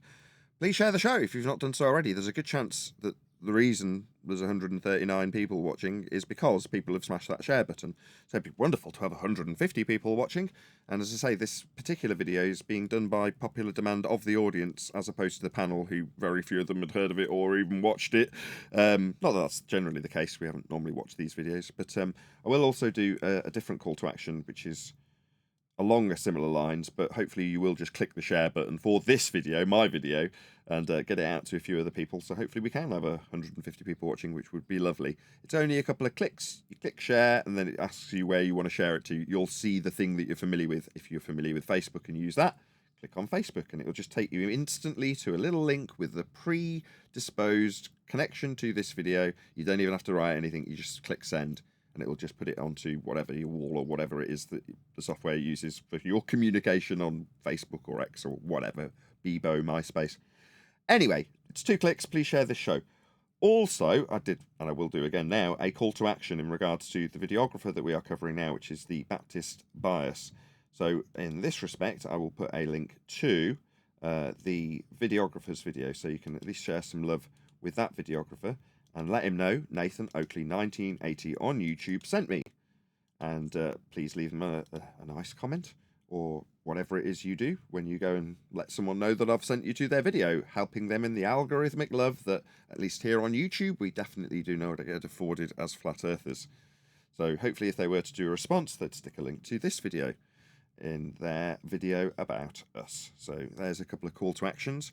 141 people watching. Someone's definitely smashed the share button. Once again, thank you very much to all of you who did share the show. All right, let's continue. And yet I have run into some people that, you know, do a claim, like in my personal life that I know that are flat earthers. And there's been some people that have changed their mind. So I do think that it is possible for someone to change their mind on this particular issue. When it comes to their specific evidences, you know, it seems like they have about 6 basic categories that I typically find their arguments. It seems like, number one, they typically appeal to experiments where they see things further away than expected. These are Yeah, so what he's doing is taking that argument that I explained earlier with the 2 guys. So he's saying the flat earther would actually say, we see too far. No, mate. In my scenario with the guys looking at the clock in the distance, flat earther's just got a set of eyeballs and can just see a clock, and there's no explanation required whatsoever for the flat earther. But you suggest that flat earthers say we're seeing too far past the earth curve edge that you claim. Now, you've got a misunderstanding about whose claim is whose. Too far is your apology for why there's not an earth curve there. That has sod all to do with flat earthers. But it would be far more convenient, and has been for the last 10 years, for you to push that idea that seeing too far is a flat earth argument. No, it isn't. It's your apologetic apology for why we don't have earth curve blocking a clock. Now, that long-winded ramble about the fact it's not a clock you're seeing, it's a slightly looming non-standard refraction holographic projection of a clock from behind the physical reified sphere edge horizon derived from flat earth measurements of surface level and eye level.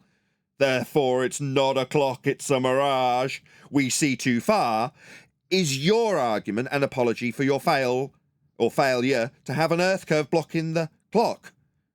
It's not our argument. You're very confused, it seems. What's his name? Jonathan. Very, very confused. typically over large bodies of water, and they don't really consider refraction or elevation changes.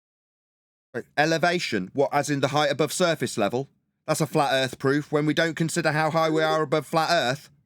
Yeah, you'll need those too, won't you, to infer how high we are above the flat earth when you describe your geometric sphere edge horizon that isn't blocking things as the maths would said it is. Therefore, flat earther says too far. No, wrong. Go ahead. Someone's keen. Also, their refraction, they call refraction, it's actually mathematical inflation. All of those measurements to calculate that were done with respect to a flat plane, not a curve. Correct. So to even assert... Go ahead. Well, I was going to say, when he says refraction, he's a globe believer. He's got a globe next to him. Ergo, his refraction is, in globe context, terrestrial refraction, which is 7/6 of a radius, or any derivation thereof. Well, 7/6 of a radius requires a radius, and the radius that is measured off a flat Earth. It's the minimum elevation angle measurement to Polaris with respect to a flat plane and an angle. That is a flat Earth measurement that gives you the R in his terrestrial. He just didn't know the name of his own refraction. So terrestrial refraction needs a flat Earth measurement. The R value is measured flat. Go ahead, John. Well, not only that, but... Go ahead. Me? Yeah. I cut you off. We both had a rounding out point. Yeah. Go ahead. Andrew Thomas Young said in his opening that all of his studies were done with respect to a flat plane. That means that you can only recreate what they will assert is happening is with respect to a flat plane. Yeah, that's how it's going to be measured. That means, yes. Sorry. So they don't have anything. It's a nothing burger. It's nonsensical at best. Absolutely. I should try and exercise a little more self-control when I'm excited about your point. Another thing that they do is they appeal to simple observations like it looks fat and it feels flat. However, you can't always feel movement in a car or an airplane. Looks flat, feels flat, can't feel movement. Sorry, when you're describing looks flat, feels flat, and then juxtaposing that with how you'd feel movement, that's a non sequitur. The two aren't connected. You seem to be convoluting two different descriptions of two different things in two different arguments. No, we would say... And he also... Go ahead. Is that Casey? Sorry, I was going to say he also just contradicted himself because before he said that we observe sphere, now he just said it looks flat. Well, he's presenting what the flat earthers would say as an argument. Oh, right. Additionally, they appeal to the Bible, but the Bible is not compatible with their model whatsoever. What model, number one? Well, the model that we will be using in this case, if we're going to take at face value what you've described thus far, it's the celestial sphere model, which is in respect to a flat plane. You'll need that for your globe model. Meanwhile, I've forgotten the other point you made, so we'll just keep playing. Number 4, they usually appeal to the fact that government lies about things like 9/11, vaccines. Yeah, I can't disagree with you on that. There's a lot of flat earth numpties that have been brought to this discussion through a road of conspiracy. I object to it. I had to stroll along it myself. Go ahead. The lie part is an appeal to motivation, right? So not everybody that asserts heliocentrism is a liar. But if people claim that they have went and experienced a place that violates natural law, you can straight up call those people a liar. But not everybody's lying. JFK. And sure, the government does lie a lot, but that doesn't prove that they're lying about the shape of the earth. The fifth one that they usually bring up is discarded or debunked alternative scientific theories, such as geocentrism, the ether. So, notice he already knows who his opponent is, and he's preemptively attacking the garbage waffle that he's going to hear from Witsit. We even heard earlier the appeal to the Michelson-Morley experiment. However, that was based on the fact that the Earth is moving, and it did not prove that the Earth doesn't move. It proved... What he's saying is, he can affirm the consequent with Michelson-Morley. Yeah, wow, I can't believe this. that simply they can't detect any ether. And so the ether was discarded shortly after. It was decided that the speed of light is a constant. Yeah, unless you understand the Coriolis argument, you're always going to be stuck in this false dichotomy with we say the ground spins, you say the sky turns. And if you've got some skin in the race of I must prove the sky's turning as a result of something I'm going to claim called ether, you're going to be stuck in this false dichotomy with a neutral outcome no matter what happens. Very unfortunate. I tried to resolve this problem before Bob died over on Globebusters. It didn't obviously work. You know, it's a real Actually, shame. we might be able to solve it now, though. Instead of pointing out the affirming the consequent, I think it would be better to point out that both of their descriptions are with respect to a flat plane. So you're either asserting the flat plane is turning within the celestial sphere, or you're asserting the flat plane is stationary and the celestial sphere moves around it. Oh, that is beautiful. Yes, that makes me smile. So rather than pointing out that it's a neutral outcome false dichotomy, point out that both of the false dichotomy sides use a horizontal plane of reference to describe axial rotation of the sky or ground. You'll need a flat plane, mathematically speaking, to describe either. If you're going to describe it with respect to measurements, then the measurements will be angular relationships of the stars described from a flat plane. And does anybody else find it terribly depressing that this gentleman's best rebuttal is against the ether? The only bit I've heard where he's researched and informed is in his rebuttal to ether, which was very succinct and powerful. Oh, sorry. Well, I'll just answer you anyway, because you asked. No, it's not disappointing, it's telling. Because we've been saying for ages that if you utilise this garbage nonsense waffle, your opponent will spot it a mile away and focus in on it. And by way of his crap garbage evidence, there's loads of proofs that Earth's a sphere. There's loads of videos. There's 1 minute videos, 2 minute videos. When it comes to ether, and then he's launched into all the research he's actually done that he's got at his fingertips to oppose Witsit. And here it is, telling you, the audience, which bits he's researched. And he's gone, oh, I see that glaring wound. I'll just rip that open.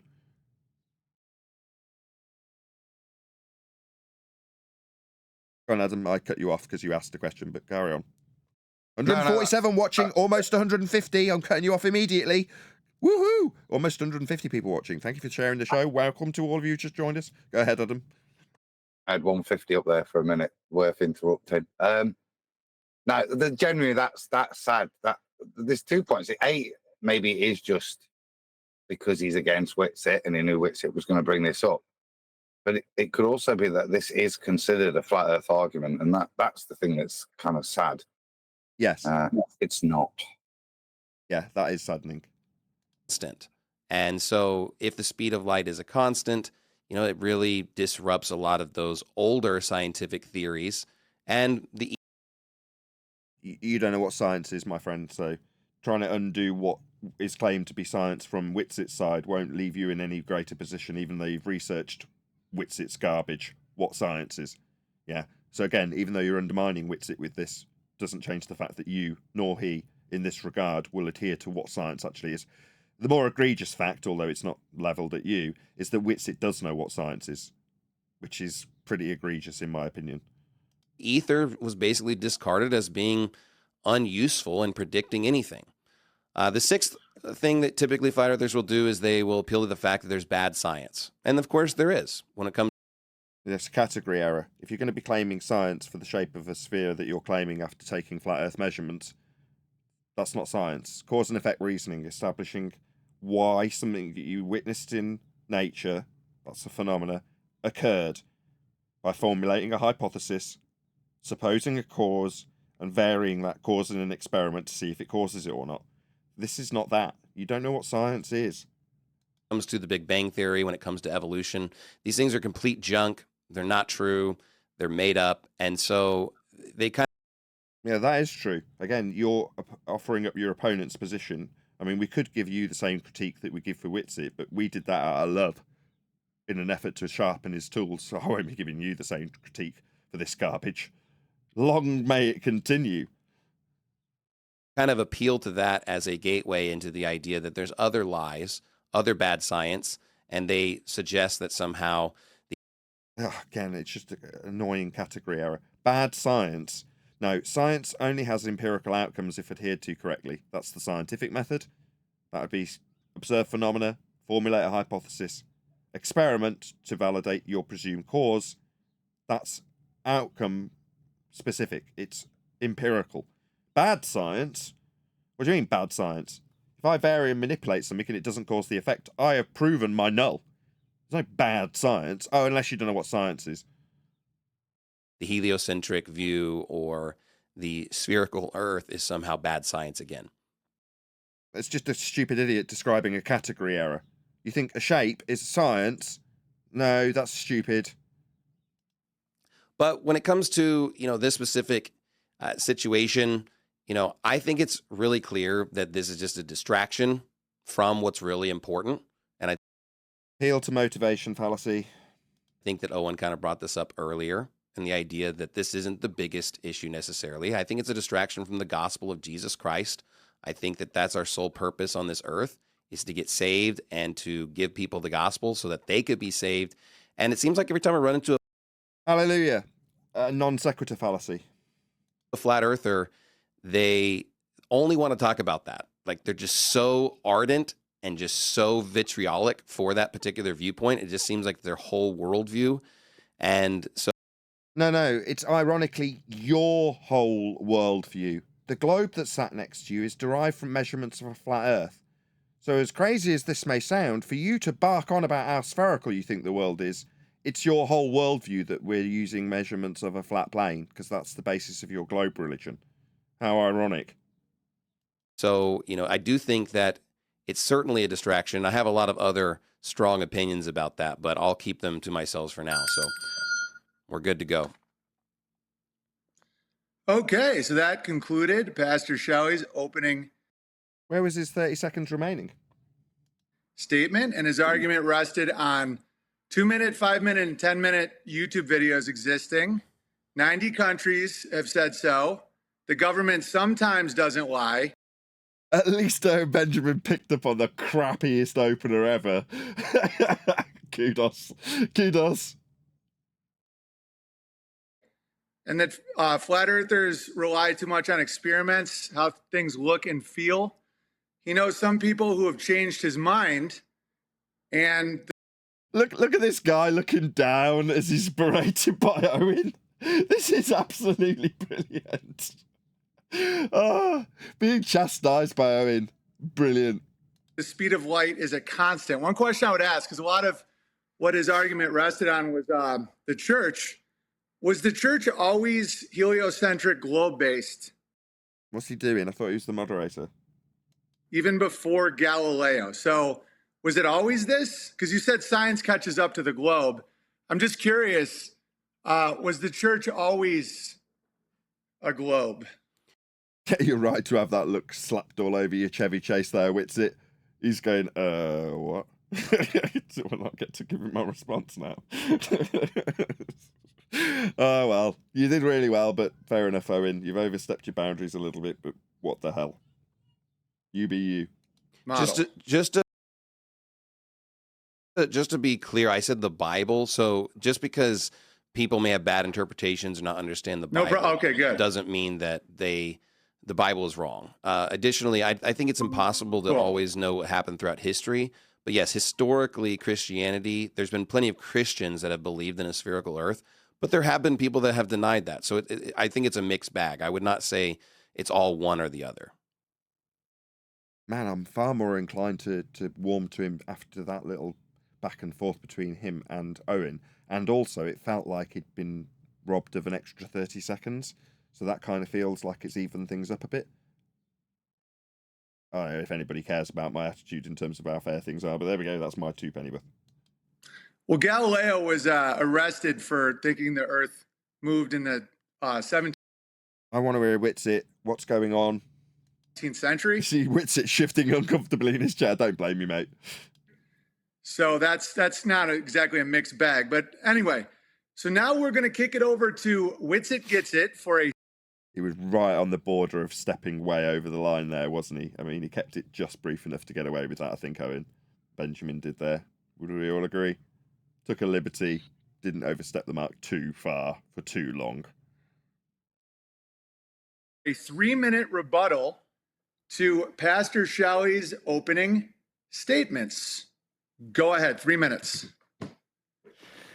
Okay, yeah. So on the scriptural thing, I mean, you obviously brought up Isaiah 40:22, and that circle, a specifically different word in Hebrew than he uses just before that, which is a different word for ball.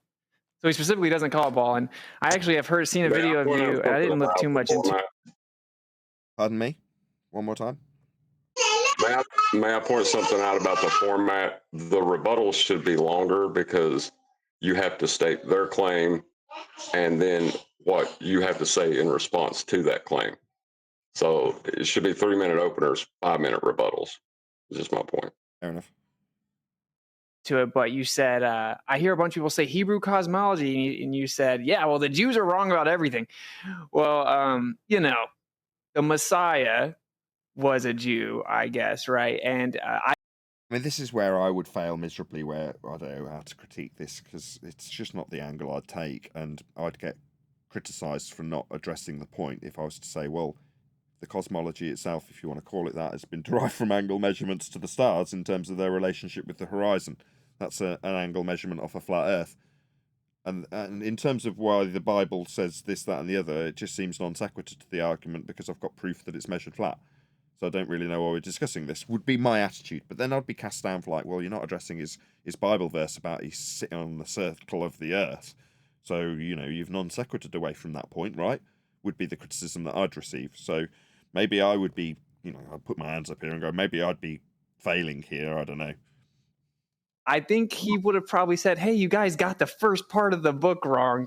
So it's a wild argument to me. It obviously says it's immovable and fixed. It's you have to claim that the scriptures creation description is not literal. But I can prove that the scriptures. What? Did he level at his opponent that he would say that the scriptures aren't literal? Or is he suggesting himself that the scriptures aren't literal? No, he's leveling it at the opponent. Okay, fine. Literally correct outside of it, right? And so I find that part very interesting. Truth doesn't fear investigation, and that's what makes it so fascinating.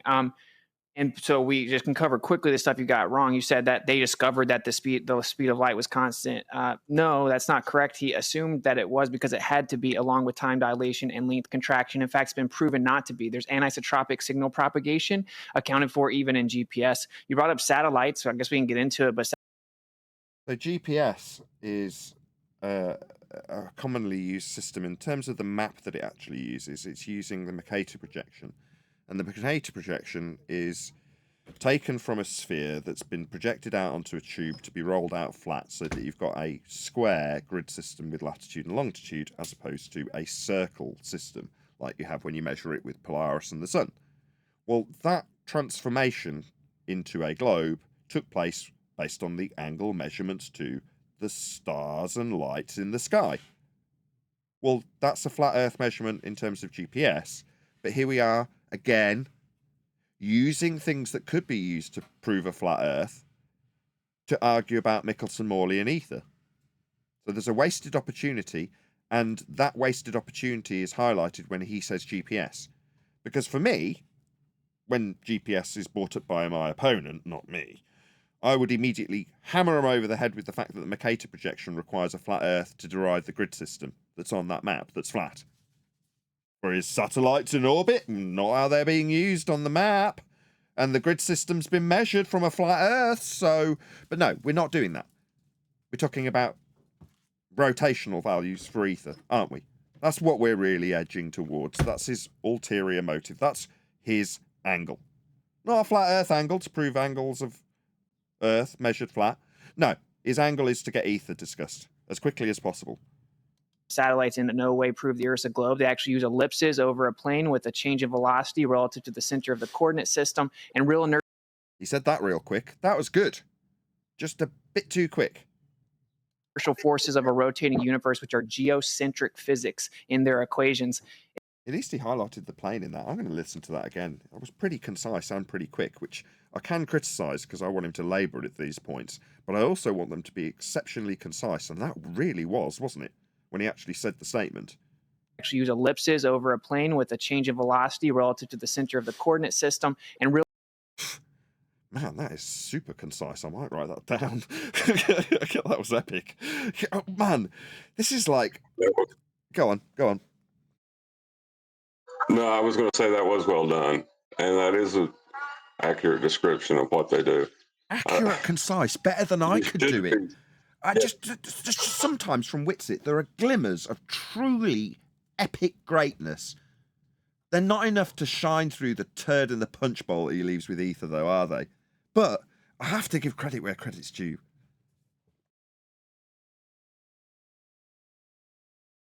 Real inertial forces of a rotating universe, which are geocentric physics in their equations. It actually is. Strapped right on the end is the rotational aspect he needs for Ether. So even when he's got a really good, concise description of the flat Earth that's needed, it might be in vernacular that you need to be on the cutting edge of this discussion to understand, but it doesn't make any difference to me. It was concise as all hell. Great. But then it's immediately, before he takes breath, slapped on with the rotational values and not linked back to the axis and the plane of reference. There we go. That's Witsit's bag. Go ahead, John. I was just going to say, instead of saying the plane of reference, using the flat Earth as a reference, because they're going to claim the plane of reference as well, right? Like they can, but you need to take that away from them at this point. You're in the rebuttal. You need to be taking away their plane of reference. Yeah, and that is the best way to phrase it, the flat Earth we are referencing, because that is precisely what we're doing. Evidence for geocentrism if satellites are up above us. You said that Michelson-Morley just failed to detect the ether. That's just patently incorrect. It was the relative motion of the Earth in the ether. What they were trying to detect was literally the motion of the Earth at 30 kilometers per second through an ether. They didn't. They threw the ether out. They then said that time slowed down, that the measuring apparatus contracted to deceive them into thinking that the Earth was stationary. You say we just say that we see too far. Well, yeah, there's physical limits to living on a sphere, and it doesn't comport to what we see. And we've seen hundreds of miles where there should be literally 3, 4, 5 vertical miles blocking what we see. Oh, he almost did really well. Now he's back onto the assertion that Flat Earther would have the assertion that we see too far because, according to what he's just said, there should be a massive amount of drop. No, you, the globe heads, say that there is a massive amount of drop derived from surface level, which we measure. You see, there's a flat Earth proof in their globe maths, but we're leaning on their need for us to be the claimant that say it's too far. Too far assumes there should be a sphere edge in the way. It's their claim that they want us to be reiterating so they can challenge their own claim and show how too far isn't really too far. It's a non-standard refraction hyena holographic projection of a clock. Well, the really interesting thing is how they describe drop, because they describe drop. You know, you have to have drop from something to something. And in the mathematics, it's described with a surface level to a horizon below the surface level. So they're basically saying, there's a drop from surface level to where surface level appears to meet the sky. Yeah. That makes no sense. It makes absolutely no sense, because the maths that you use, like Al-Biruni, need a flat Earth measured in the first instance, then derive a curving away from you surface that defies the first measurement. If you're deriving how much drop there is from surface level, that's Earth curve, you need a surface level to have it dropping from. They need a flat Earth for Earth curve maths. Yet we're in the paradigm where we, flat Earthers, say we see too far. No, I just see a clock. We need to get out of our thick skulls that we are affirming their globe position. When you just see something, you just see something. You don't need to apologise for it, explain it. There's no explanation required. They have a failed claim of an Earth that gets in the way. Is it getting in the way? No, but that's because we see too far. That's their claim and apology, not ours. And so you're going to have to verify the claim that it's all an illusion. So I'll just reiterate the point again. You have the burden of proof to substantiate the. He's bought into it. So you have to verify the claim that the clock is a mirage. Does he? So if he verifies the claim that the clock is a mirage, then it's just a clock. Why is it suddenly the argument that he has to verify that the clock that you see with your own bloody eyes is a mirage? That's not the argument. The argument is, how are you going to infer that refraction brings back a clock from behind a geometric sphere edge that is only in existence in a maths that claims the drop of that sphere edge is calculable from surface level that is a flat Earth? That's ludicrous. These claims, you basically just use a baseless assertion fallacy over and over, and then you kind of appeal to consensus, and then you. Now you're just listing off fallacies rather than addressing his points and proving how they need a flat Earth to use them. He uses a bunch of stereotype fallacies and poisoning the well fallacies. Yeah, he is literally just going to list off names of fallacies without example. I suppose he has only got 3 minutes. And then reification fallacies and affirming the consequent fallacies. Lots of fallacies. You need to detail them and put them into the example with the if P and Q and Q therefore P if you're going to say he's affirmed the consequent. I mean, he has. If Earth is a sphere, we'll have antipodal positioning. We have antipodal positioning, therefore Earth's a sphere. I mean, it takes 10 seconds. But if you just rattle off a load of fallacies, the audience is just going to say, if they're dumb, oh yeah, you used a lot of fallacies. No, they're not. Not if they're not on your side. And none of that is obviously going to cut it logically. That's one thing We'll have to get. I'll give. Go on. I want to give Witsit the benefit of the doubt on this one because he only has 3 minutes to his opponent's 5 minutes of horseshit. Pardon my French. Sorry. He's not going to be able to do that. He's not going to be able to detail by example their claim and then detail how it's fallacious and why. Right, so you pick the ones that will lead to a flat Earth measurement in the first instance, point out how it's an affirming the consequent, and then point out how to affirm antipodal positioning would require the derivation of a flat Earth angle measurement to Polaris off a flat plane, to place southern and northern celestial sphere in a hemispherical flat plane derivative, for you to infer that men are walking upside down in an antipodal flat map, sandwiched upside down from the other. That's what I would do, because it proves a flat Earth with his examples. Pick one if you've only got 3 minutes. Pick two if you get an extra couple of minutes because you've managed to get through the first in 30 seconds. Pick the third, as long as they all lead to a flat Earth measurement that he needs to make his claims, and it's reiterated at every opportunity in rebuttal. Get more into actual evidence. I agree. Okay, and also, I'm not trying to come across as biased. I really am just listing someone's arguments. Swear to God, I wasn't trying to be like. Well, you can prove that now by poo-pooing some of Witsit's crap arguments then, which you'll do like you did with the other guy. The guy's smirking because he knows you won't do that, but we'll see if I'm proven wrong and he smirks proven right. Yeah, so I'm going to try and be less biased. No, I literally made a list of your arguments and I read them back. All right, anyway, so that was Witsit Gets It responding to yours, and now... So he's actually just justifying why he isn't doing it to Witsit by saying, I'm going to be less biased. So after being incredibly biased and only critiquing your side as the moderator, after the rebuttal, I will declare that I'm going to be less biased and therefore not critique Witsit for anything he just said. I see. Now I'm going to give you, Mr. Pastor Anderson, 3 minutes to respond to his. And I will say this, thank you for the lack of ad hominems. It means a lot to me. It really, truly does. And I do appreciate it, and it shows a lot of honor, okay? And just for the record, I don't know what the Earth is, so I'm not this guy. I'm not like biased. Did anybody ask? Neither of them asked, did they? In that sense. Pardon? I do. I know the Earth is flat. I know what the Earth is, and so do all of them. They just won't say it. And so do you if you're watching. You know why it's flat and how it's flat. I'm just a stickler when it comes to logic fallacies. Okay. Pastor Shelley, you have 3 minutes. Go. No problem. You accidentally called me Pastor Anderson, but you clarified again secondly. Austin did not address the fact that the stars are flipped from the southern and northern hemisphere, which was And affirming the consequent formal logical fallacy, if Earth is a sphere, we'll have antipodal positioning. We have antipodal positioning because Earth is a sphere. affirming the consequent formal logical fallacy that relies on the measurements of the angles with respect to a flat plane in the north and south hemisphere to derive an antipodal flat Earth measured system with a sphere of the heavens wrapped around it after measuring it with angles on a flat Earth. You're affirming the consequent fallacy is garbage. It just wasn't addressed in that manner by Witsit. Was my first argument. Additionally, he didn't address the fact that the sun is rising in the east and setting in the west, which is my East and west being directions on a flat Earth. Rising will be described with angles of elevation off a flat plane.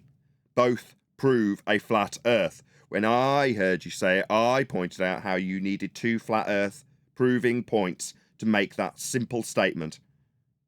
my second argument. Third argument was all. Just so we're all clear, that undermines every aspect of these so-called arguments. They're failed attempts and logical fallacies. The videos and photos that I brought up. 1 minute, 2 minute, 5 minute, 3 minute. Yeah, amazing. You didn't actually detail what the proof contained within those various lengths of videos was to prove your point. It's called a begging the question fallacy. Did not address my third argument. He likes to appeal to theoretical physics and yeah, he does. Act like he's smart and like I would say Witsit's pretty smart, as much as we decry him for his declarations of his own intelligence in terms of his IQ. But Witsit's no stupid idiot, that's for sure. He knows what he's talking about on those issues, but he's wrong.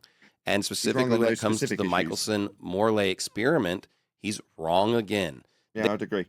They already know the fact that the Earth is moving around the sun. That's a begging the question fallacy. If they already know it, why would you need to be making declarations about it? If it was self-evident, there'd be no debate. It isn't, and the declarations thereof require flat plane measurements. It disproved was the ether. But I don't really care about getting into theoretical physics because we have so many simple proofs that he wants to ignore and not talk about. What did he ignore that was a simple proof? You didn't provide any. You just detailed your points that he didn't rebut, and they didn't include any simple proofs of a globe. So what are you babbling about? Baseless assertion fallacy. That clearly proved the shape of the Earth. I don't think it's right. I don't think it's right that a heliocentrist attack ether as space-time is essentially a description of ether. It is showing a wave over distance. A wave is described through time. So, yeah, they both have space-time. Why is he decrying, or they both have ether, why is he decrying his space-time ether as opposed to Witsit's flat Earth ether?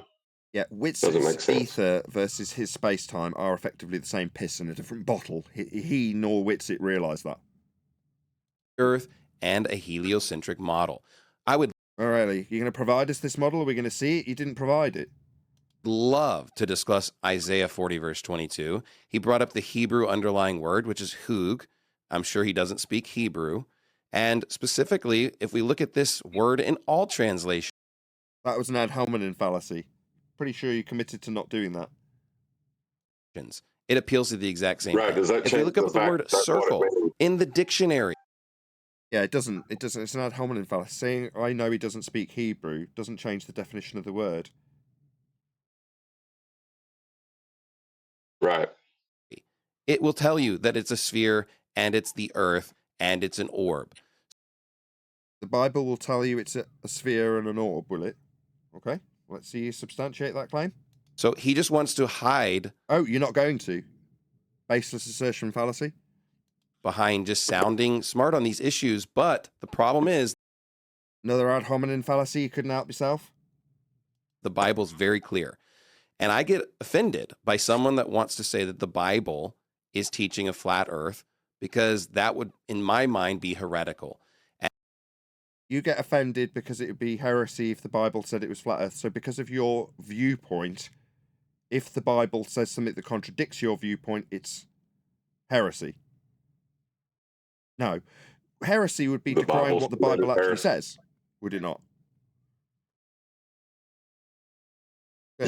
Yeah, he's basically said the Bible has committed heresy. Yes. It's the most ridiculous thing I've ever heard in my life. If it doesn't comport with his worldview, it's heresy. is essentially what he's just said when describing the antithesis of heresy. i.e. comporting to what the word of the Bible says. And it's very That's clear that not the Bible is. Go ahead. heresy relates to doctrine, so a viewpoint. So the Bible's clear, and you can formulate a doctrine on that. So the issue is, so I wouldn't call that a heresy. Heresy is something against his doctrine. So it is a heresy to him to read the Bible and say that. Yeah, he's got the problem is that the Bible says that. Does still means he can say it's a heresy to him because it's a heresy to his particular doctrine, is a theory. I see. So it's a heresy that's to why you him can't- when he says circle and we say 2D. No, for you to not infer sphericity from circle is heresy to me. I see. Right. That's why in this topic, you can't be a flat earther and a heliocentrist without one of them being a heretical position. And that doesn't mean they know or understand what I just said, but that is the fact of the matter. Compatible with a spherical shape of the Earth, with a heliocentric model. I'm not sure if I understood if he said satellites don't exist, or maybe they don't exist in the way that we describe them. So I'm not sure exactly what his argument was on that particular issue. No. What his rebuttal would be in that particular regard. God, they want it to be your positive claim when you offer a rebuttal for their garbage, don't they? Yes, but see, that's the thing. His description, the way we describe them, that's what it's about. Your descriptions.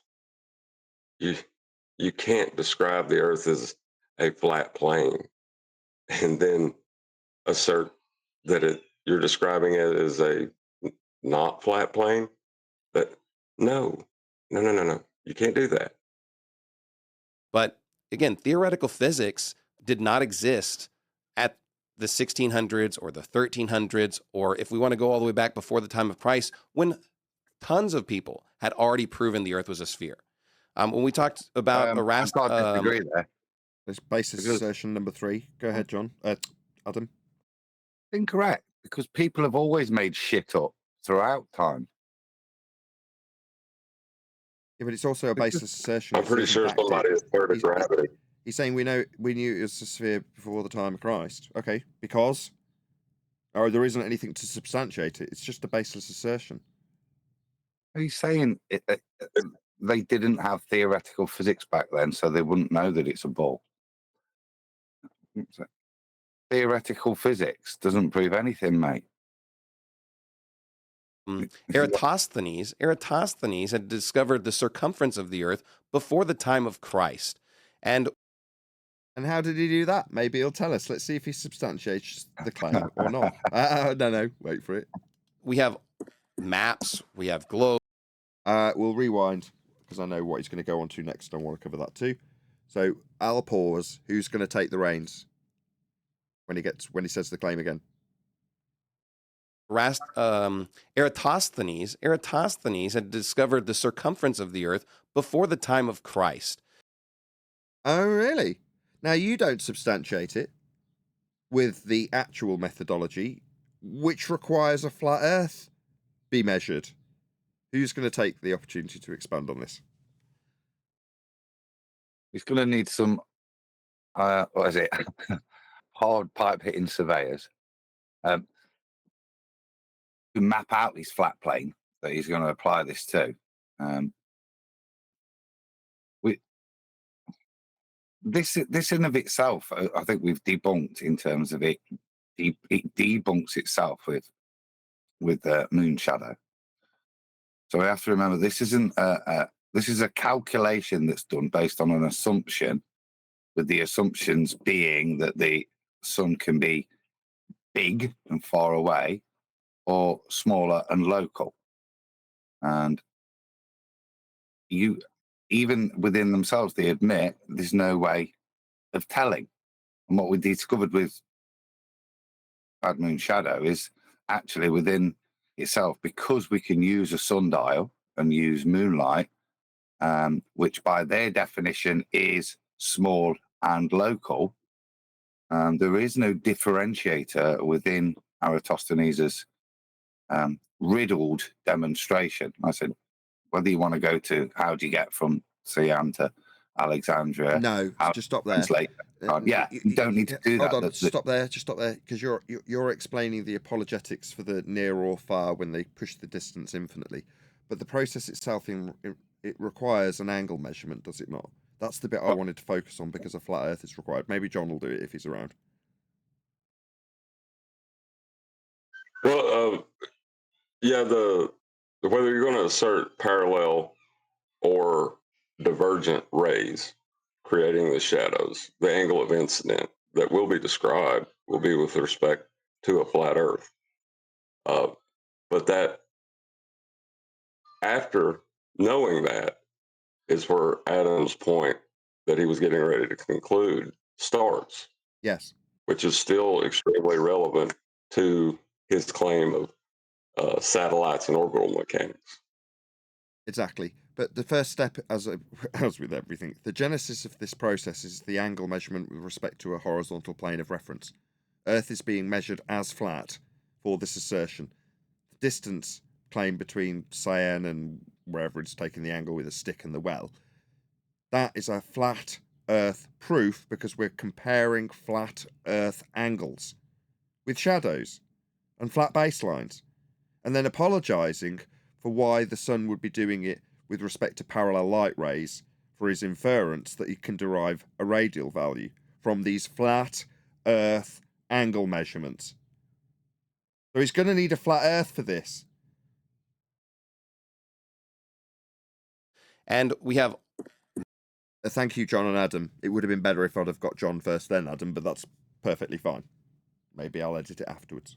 Maps, we have globes, we have all kinds of images. We have maps, we have globes, we have all kinds of images. Okay, well, let's unpack those three things. You have globes because you can take the latitude system measured off a flat Earth and stretch it around a ball. You have maps because you take projections from that flat Earth-derived ball and its measurements of latitude with respect to a flat Earth, and then project those points out onto a cylinder, which you then cut out and roll out flat to give you a Mercator projection in the GPS that you appealed to earlier in this debate. You being the collective you. Well, that is a flat map used with flat angles, flat measurements of stars, so that you can represent areas of equal elevation in the latitude and longitude grid that is measured flat.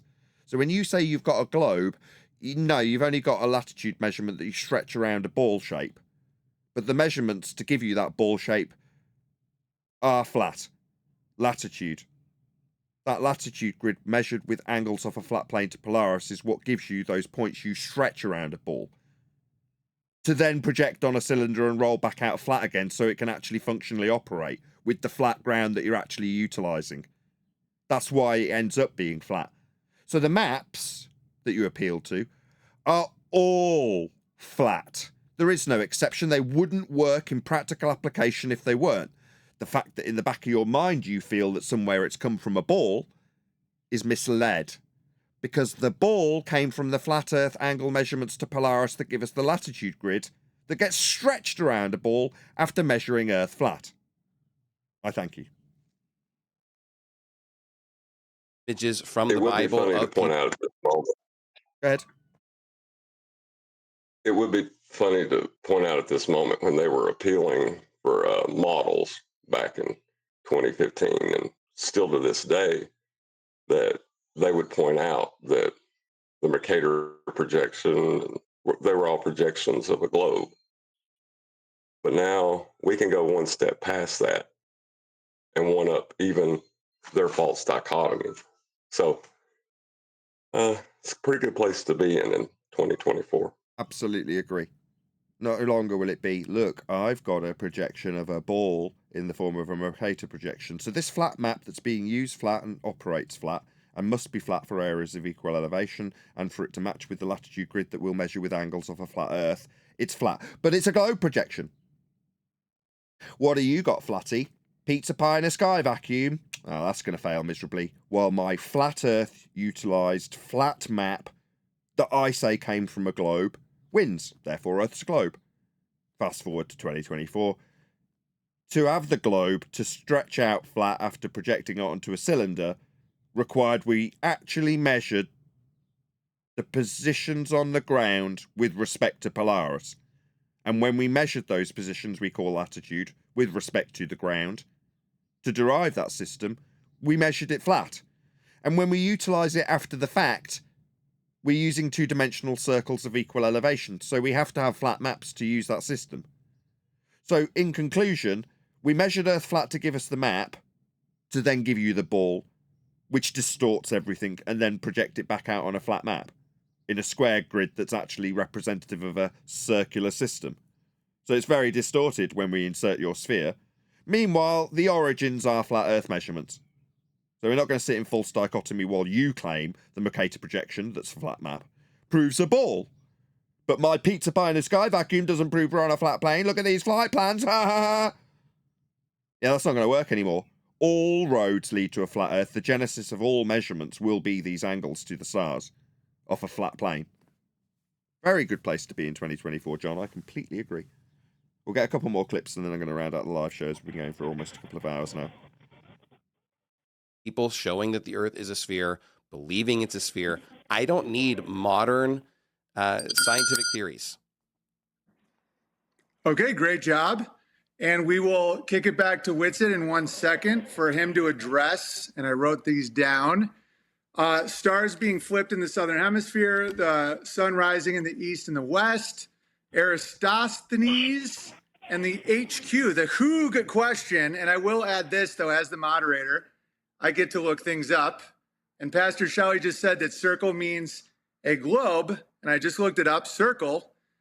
The definition, a closed plane curve consisting of all points at a given distance from a point within it called the center. Not only is that not correct factually, it's actually the opposite. Can I clarify that point? No. Excuse me, if you're going to fundamentally undermine my point that I made, I would prefer that I got to interrupt right in the middle of you undermining my point about a two-dimensional circle not being spherical. So if it's okay with you, Owen, I'll rumpus this point in the middle of you making a conclusion about my fallacious logic with two-dimensional circles being insisted on taken as spherical. Now, what you're doing, my coward friend, is rumpusing the annihilation of your stupid garbage point. The moderator looked up what you meant when you said circle in reference to a Bible quote. Circle isn't sphere, and he's just pointing that out to you, but you feel the need to interrupt him. Yes, because it's painful when you're wrong with your garbage that you took from the Bible, that in actuality and ironically proves Earth's flat by the standard of taking it literally. Of course, for you, that would be heresy, wouldn't it?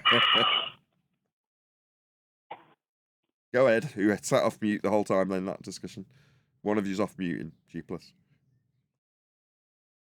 Did you add something to add, whoever that is? I can't see who's off mute, but did you want to add something, whoever that is? I'm not saying it was the person that just had the line.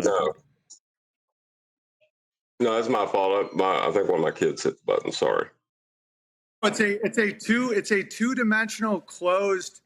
That's a circle. Can I clarify what I meant?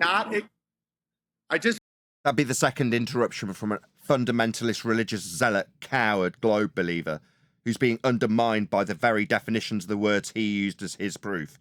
Yet what, the second interruption going to make it less painful, my friend?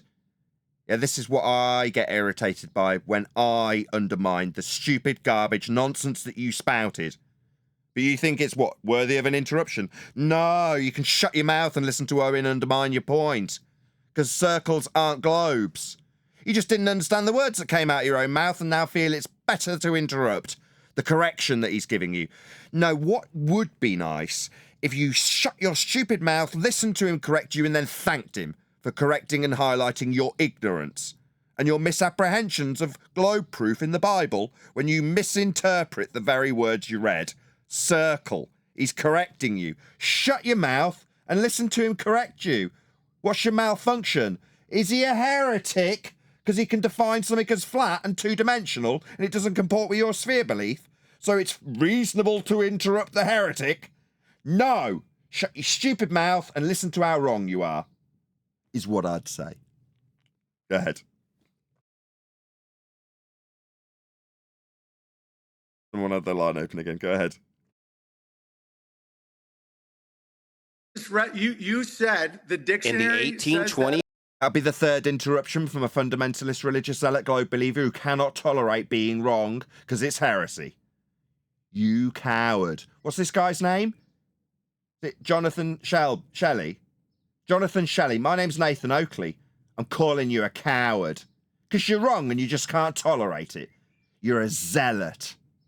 And no, when the Bible's taken literally, it is not heresy because of your zealotry. I hope I make myself clear. In the 1828 Webster's. Now he's talking straight through the moderator. Yeah? You need to assert your dominance, do you, when you're wrong? What a coward. Dictionary, which would be closer to the 1611 King James Bible when it was translated. If you look at the second definition of the word circle, it literally says orb and sphere and earth. No problem. No, it doesn't. It says circle, circuit, compass. That's what the word means in Hebrew. You just and we do get to fact check you. This is not right. He's looking down at his shoes again rather than acknowledging Witsit's correction. Now Witsit's got a smug smile on his face. This guy's looking at his shoes. You just interrupted him 3 times for your baseless assertion that it means sphere. Witsit corrected you with the Hebrew, and now you're looking at your shoes. No apology, no thanks for the correction, nothing. Just 3 interruptions, and now he's looking at his shoes. You are pathetic. This example, and I'm glad it's in the third person because I can do this. This is why I despise you. Because of your disgusting behavior as a human being. You're a pathetic example of people and what they do when they are wrong. It's why I am justified in despising you for your behavior. Not me being biased. I have the image. If you want me to pull it up on the screen, I can pull it up. I'm looking at the concordance right now, right? It says circle, circle. Yeah, it wasn't addressed the first time. Witsit is now doubling down on his 4th interruption. Circuit, compass. Those are the 3 words that it's translated as in the King James Bible. The first definition of 1828 in geometry. So it is translated as Witsit just described. He's just conceded. Right? Where's the... Oh, yeah, okay. That's the end of my garbage point then. Geometry, a plane figure comprehended by a single curved line called its circumference. This annoys me. Why are we focused on the Bible literacy and the Hebrew translations when we measure Earth flat? We're going to get lost in these weeds. How long are we going to be in these weeds? Part of which is equally distant from a point called the center. Of course, all lines drawn from the center to the circumference or periphery are equal to each other. That is the first. What's the second definition? In popular use, so not the definition. I'm just going to let. When just it says in popular use, no, but I'm establishing this. You said the definition is a globe or a ball, but the definition is actually a flat plane. In popular use, which basically means slang, like grabbler. If you read the first definition, it says in. No, it doesn't like it, does he? It has a definition, and they're saying that it has been and is used. And just by chance, it's the way you're using it, my friend. But it does not meet the definition. Why? Well, because it contradicts the description. Circles aren't spheres. They're circles. Meanwhile, we measure Earth flat, and if it were me in debate, I'd be bringing it back to that point at every given opportunity. Geometry. So, yeah, it's saying clarifying in a 2D drawing of geometry. It's okay, fair. It's an annihilation of your point. It's a stuttering man that's interrupted 4 times. It's a time that you should be conceding in. That's what it is, my friend. Fair enough. Yeah, you stare at those shoes. The line that comprehends the figure, the plane or surface comprehended, and the whole body or solid matter of a round substance are demonstrated in a circle, a ring, an orb, the earth. Okay. So it says ring, circle. I mean, you invoked it geometrically, saying it was describing a sphere. That's a geometric argument. Yeah, ring is not, but it's fine. So if we read orb, Orb is provided in the definition, and if you Yeah, so if we can acknowledge that and say that the definition could be, in terms of Hebrew translation, ambiguous for the point of your reasoning. Meanwhile, we measure Earth flat. So who cares? Why are we in these weeds? At the end of this, we're going to have a neutral outcome. He'll take that, I absolutely assure you. He'll take this neutral outcome like it's a win. Watch. You just type This in is orb. really a That's weird a reach fact. to me, bro. This is a weird reach. No, but How is that a weird true, reach? though. I will give you that. I'll give you that. How is this neutral outcome a weird reach? Because I'm going to now labour this point, because this is my win, basically. Yeah, that's what he's going to do. Meanwhile, if he was up against me, he'd be dealing with the flat measurements that he's got to imply. What about the east and west and the sun that moves with respect to the angles that you measure from the horizon? That's a flat Earth prerequisite that you use twice in your claims. Are you going to deal with them? Because we're measuring Earth flat for a lot of your claims. We're going to talk about the Hebrew translation instead. Oh, bless. You need the easier argument. No. I would absolutely humiliate him Yeah. and take the piss out of him for taking the easy route. Taking these easy arguments, rather than the not flat measurement argument that you're not addressing. That's what I'd be doing. I'd be taking the piss out of him. Go ahead. Right. I'd rather argue about my interpretation of translation than,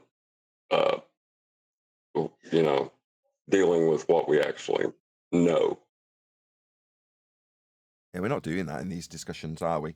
And the opponent's always going to take the easiest route possible. If there's a compound question, they'll take the answer that they find the easiest. They're not going to take the difficult route.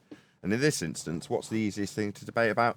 The ambiguity of Hebrew translation when it comes to circle. Okay, so if we categorically prove that the Hebrew translation did mean circle, and it does undoubtedly say circle of the earth, and that means circle in Hebrew, does that prove Earth's a circle? Therefore two-dimensional and flat? No. What about if we draw out circles of equal elevation with respect to ground positions that we measure off a flat plane? Would that prove that we are measuring off a flat plane circles of equal elevation? That's altitude, all the same, when we move around Earth and navigate it. Yeah, that would mean that we're proving that we measured Earth flat and navigate Earth flat. Or we could do the Hebrew thing. I mean, if that's easier for you, Globe Believer. I mean, did you need a few flat Earth proofsies in your Hebrew translation as well, as in your east-west sun rising with angles off the horizon measured flat? Because it seems like you're just measuring things flat and then going to Hebrew translations because they're easier. That seems pretty sad. Would be my attitude. I mean, what do I know about debating and all that? Any other last remarks before I ask people to stay tuned? No? With that, I'm going to say if you are watching this on either Nathan Oakley 1980 or Nathan Oakley Premiering streams, then stay tuned as there will be an after show to follow. Like, my Skype is filled with so many groups and everything. I'm having trouble finding him in there, I think we did a reasonable amount of that. That would satisfy the audience. We don't have to carry on with that crap, do we? I don't see where it's going to go. It's fairly standard fare, but I mean, we covered like 30 minutes, 35 minutes. I know we skipped the first 17, but you know what I mean. We got a fair way through the video to satisfy the desires of people. I don't want to say pestering, but contacting me to say, could you cover this? Because we have, right? I'd call that covering this. Yes, Nathan, That's you've done your good. thing. Good. I don't think there's a point in labouring it unless somebody listens to it and they want to point some specific bits out. But I think the points have been made, haven't they, really? From there, I would estimate it goes into a little bit more of Bible obfuscation and Hebrew translation onto whatever Witsit can use to take it into ether debate, and then the rest of the 2 hours will be ether debate. That would be my estimation of what would happen based on past experience.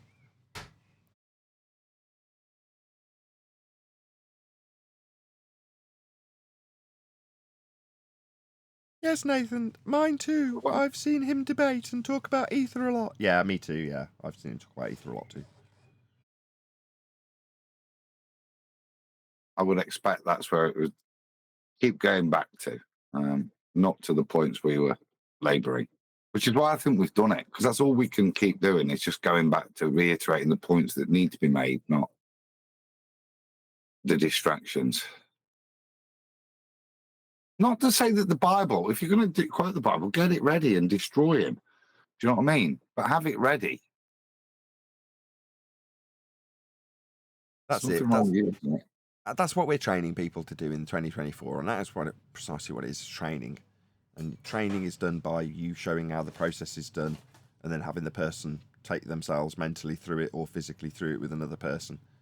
And you can only do that by example initially. People will see it by example and then hopefully get the point, or if not, they'll have to see it a few times and then they'll get the point. Go forward on the front foot and tell people Earth's measured flat. Then show them examples of how it's measured flat with latitude. If you don't know any other example, you only need that one if you understand what latitude is. From there, when they make their globe position, if you're in a debate with them, tell them how their globe position needs a flat Earth to make their claim.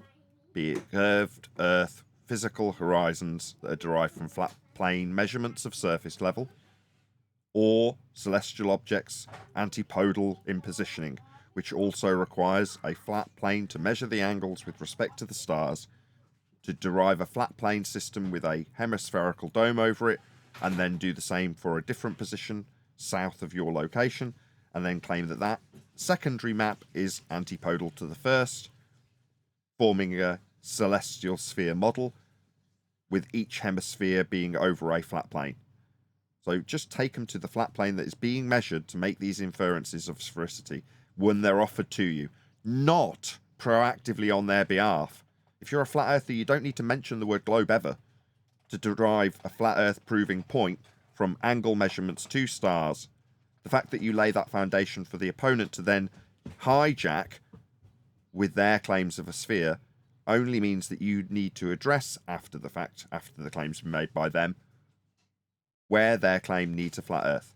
If they strawman you and tell you, well, you as a flat earther tell me I see too far. No, I don't tell you you see too far. The idea that you see too far is a derivation of a flat plane measurement of surface level and the difference between eye level and elevation to infer that there's a sphere edge below the horizon and below surface level that you call Earth curve that isn't blocking Jack because it only exists in maths and we aren't seeing it block anything in reality, for you to say that we see too far after deriving your claim that fails from a flat Earth measurement. Now that's complicated. Takes some training for people to be able to do that over a 10-minute debate, not in a 35-second summary, as concisely as I've just done. So long as you now understand the principle that's being explained in this summary, I don't expect you to be able to round it out in such concise terms. Just understand the principle so that at the end of a 10-minute debate, the opponent realises he's using a flat Earth to claim a globe.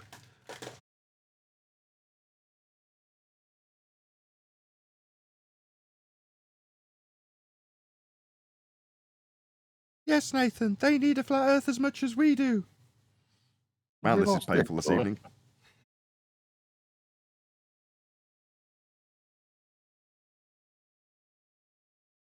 Right, everyone's obviously not in the mood for this, so I think it's probably time to round out the after show. With that, I'm going to say a huge, massive... Oh, if I could clear my throat to do it. Normally, I'd give myself more advance notice and clear my throat. With that, I'm going to say a huge, massive, enormous thank you to, first and foremost, you in either Nathan Oakley 1980 or Nathan Oakley Programming Streams, hopefully smashing the super chat, liking, commenting, sharing, subscribing, joining as a Nathan Oakley 1980 channel member, and all that good stuff. And, of course, a massive thank you to my Discord and G+ panels for making today's live and after show possible. I've been Nathan Oakley. I'll see you all in the next video.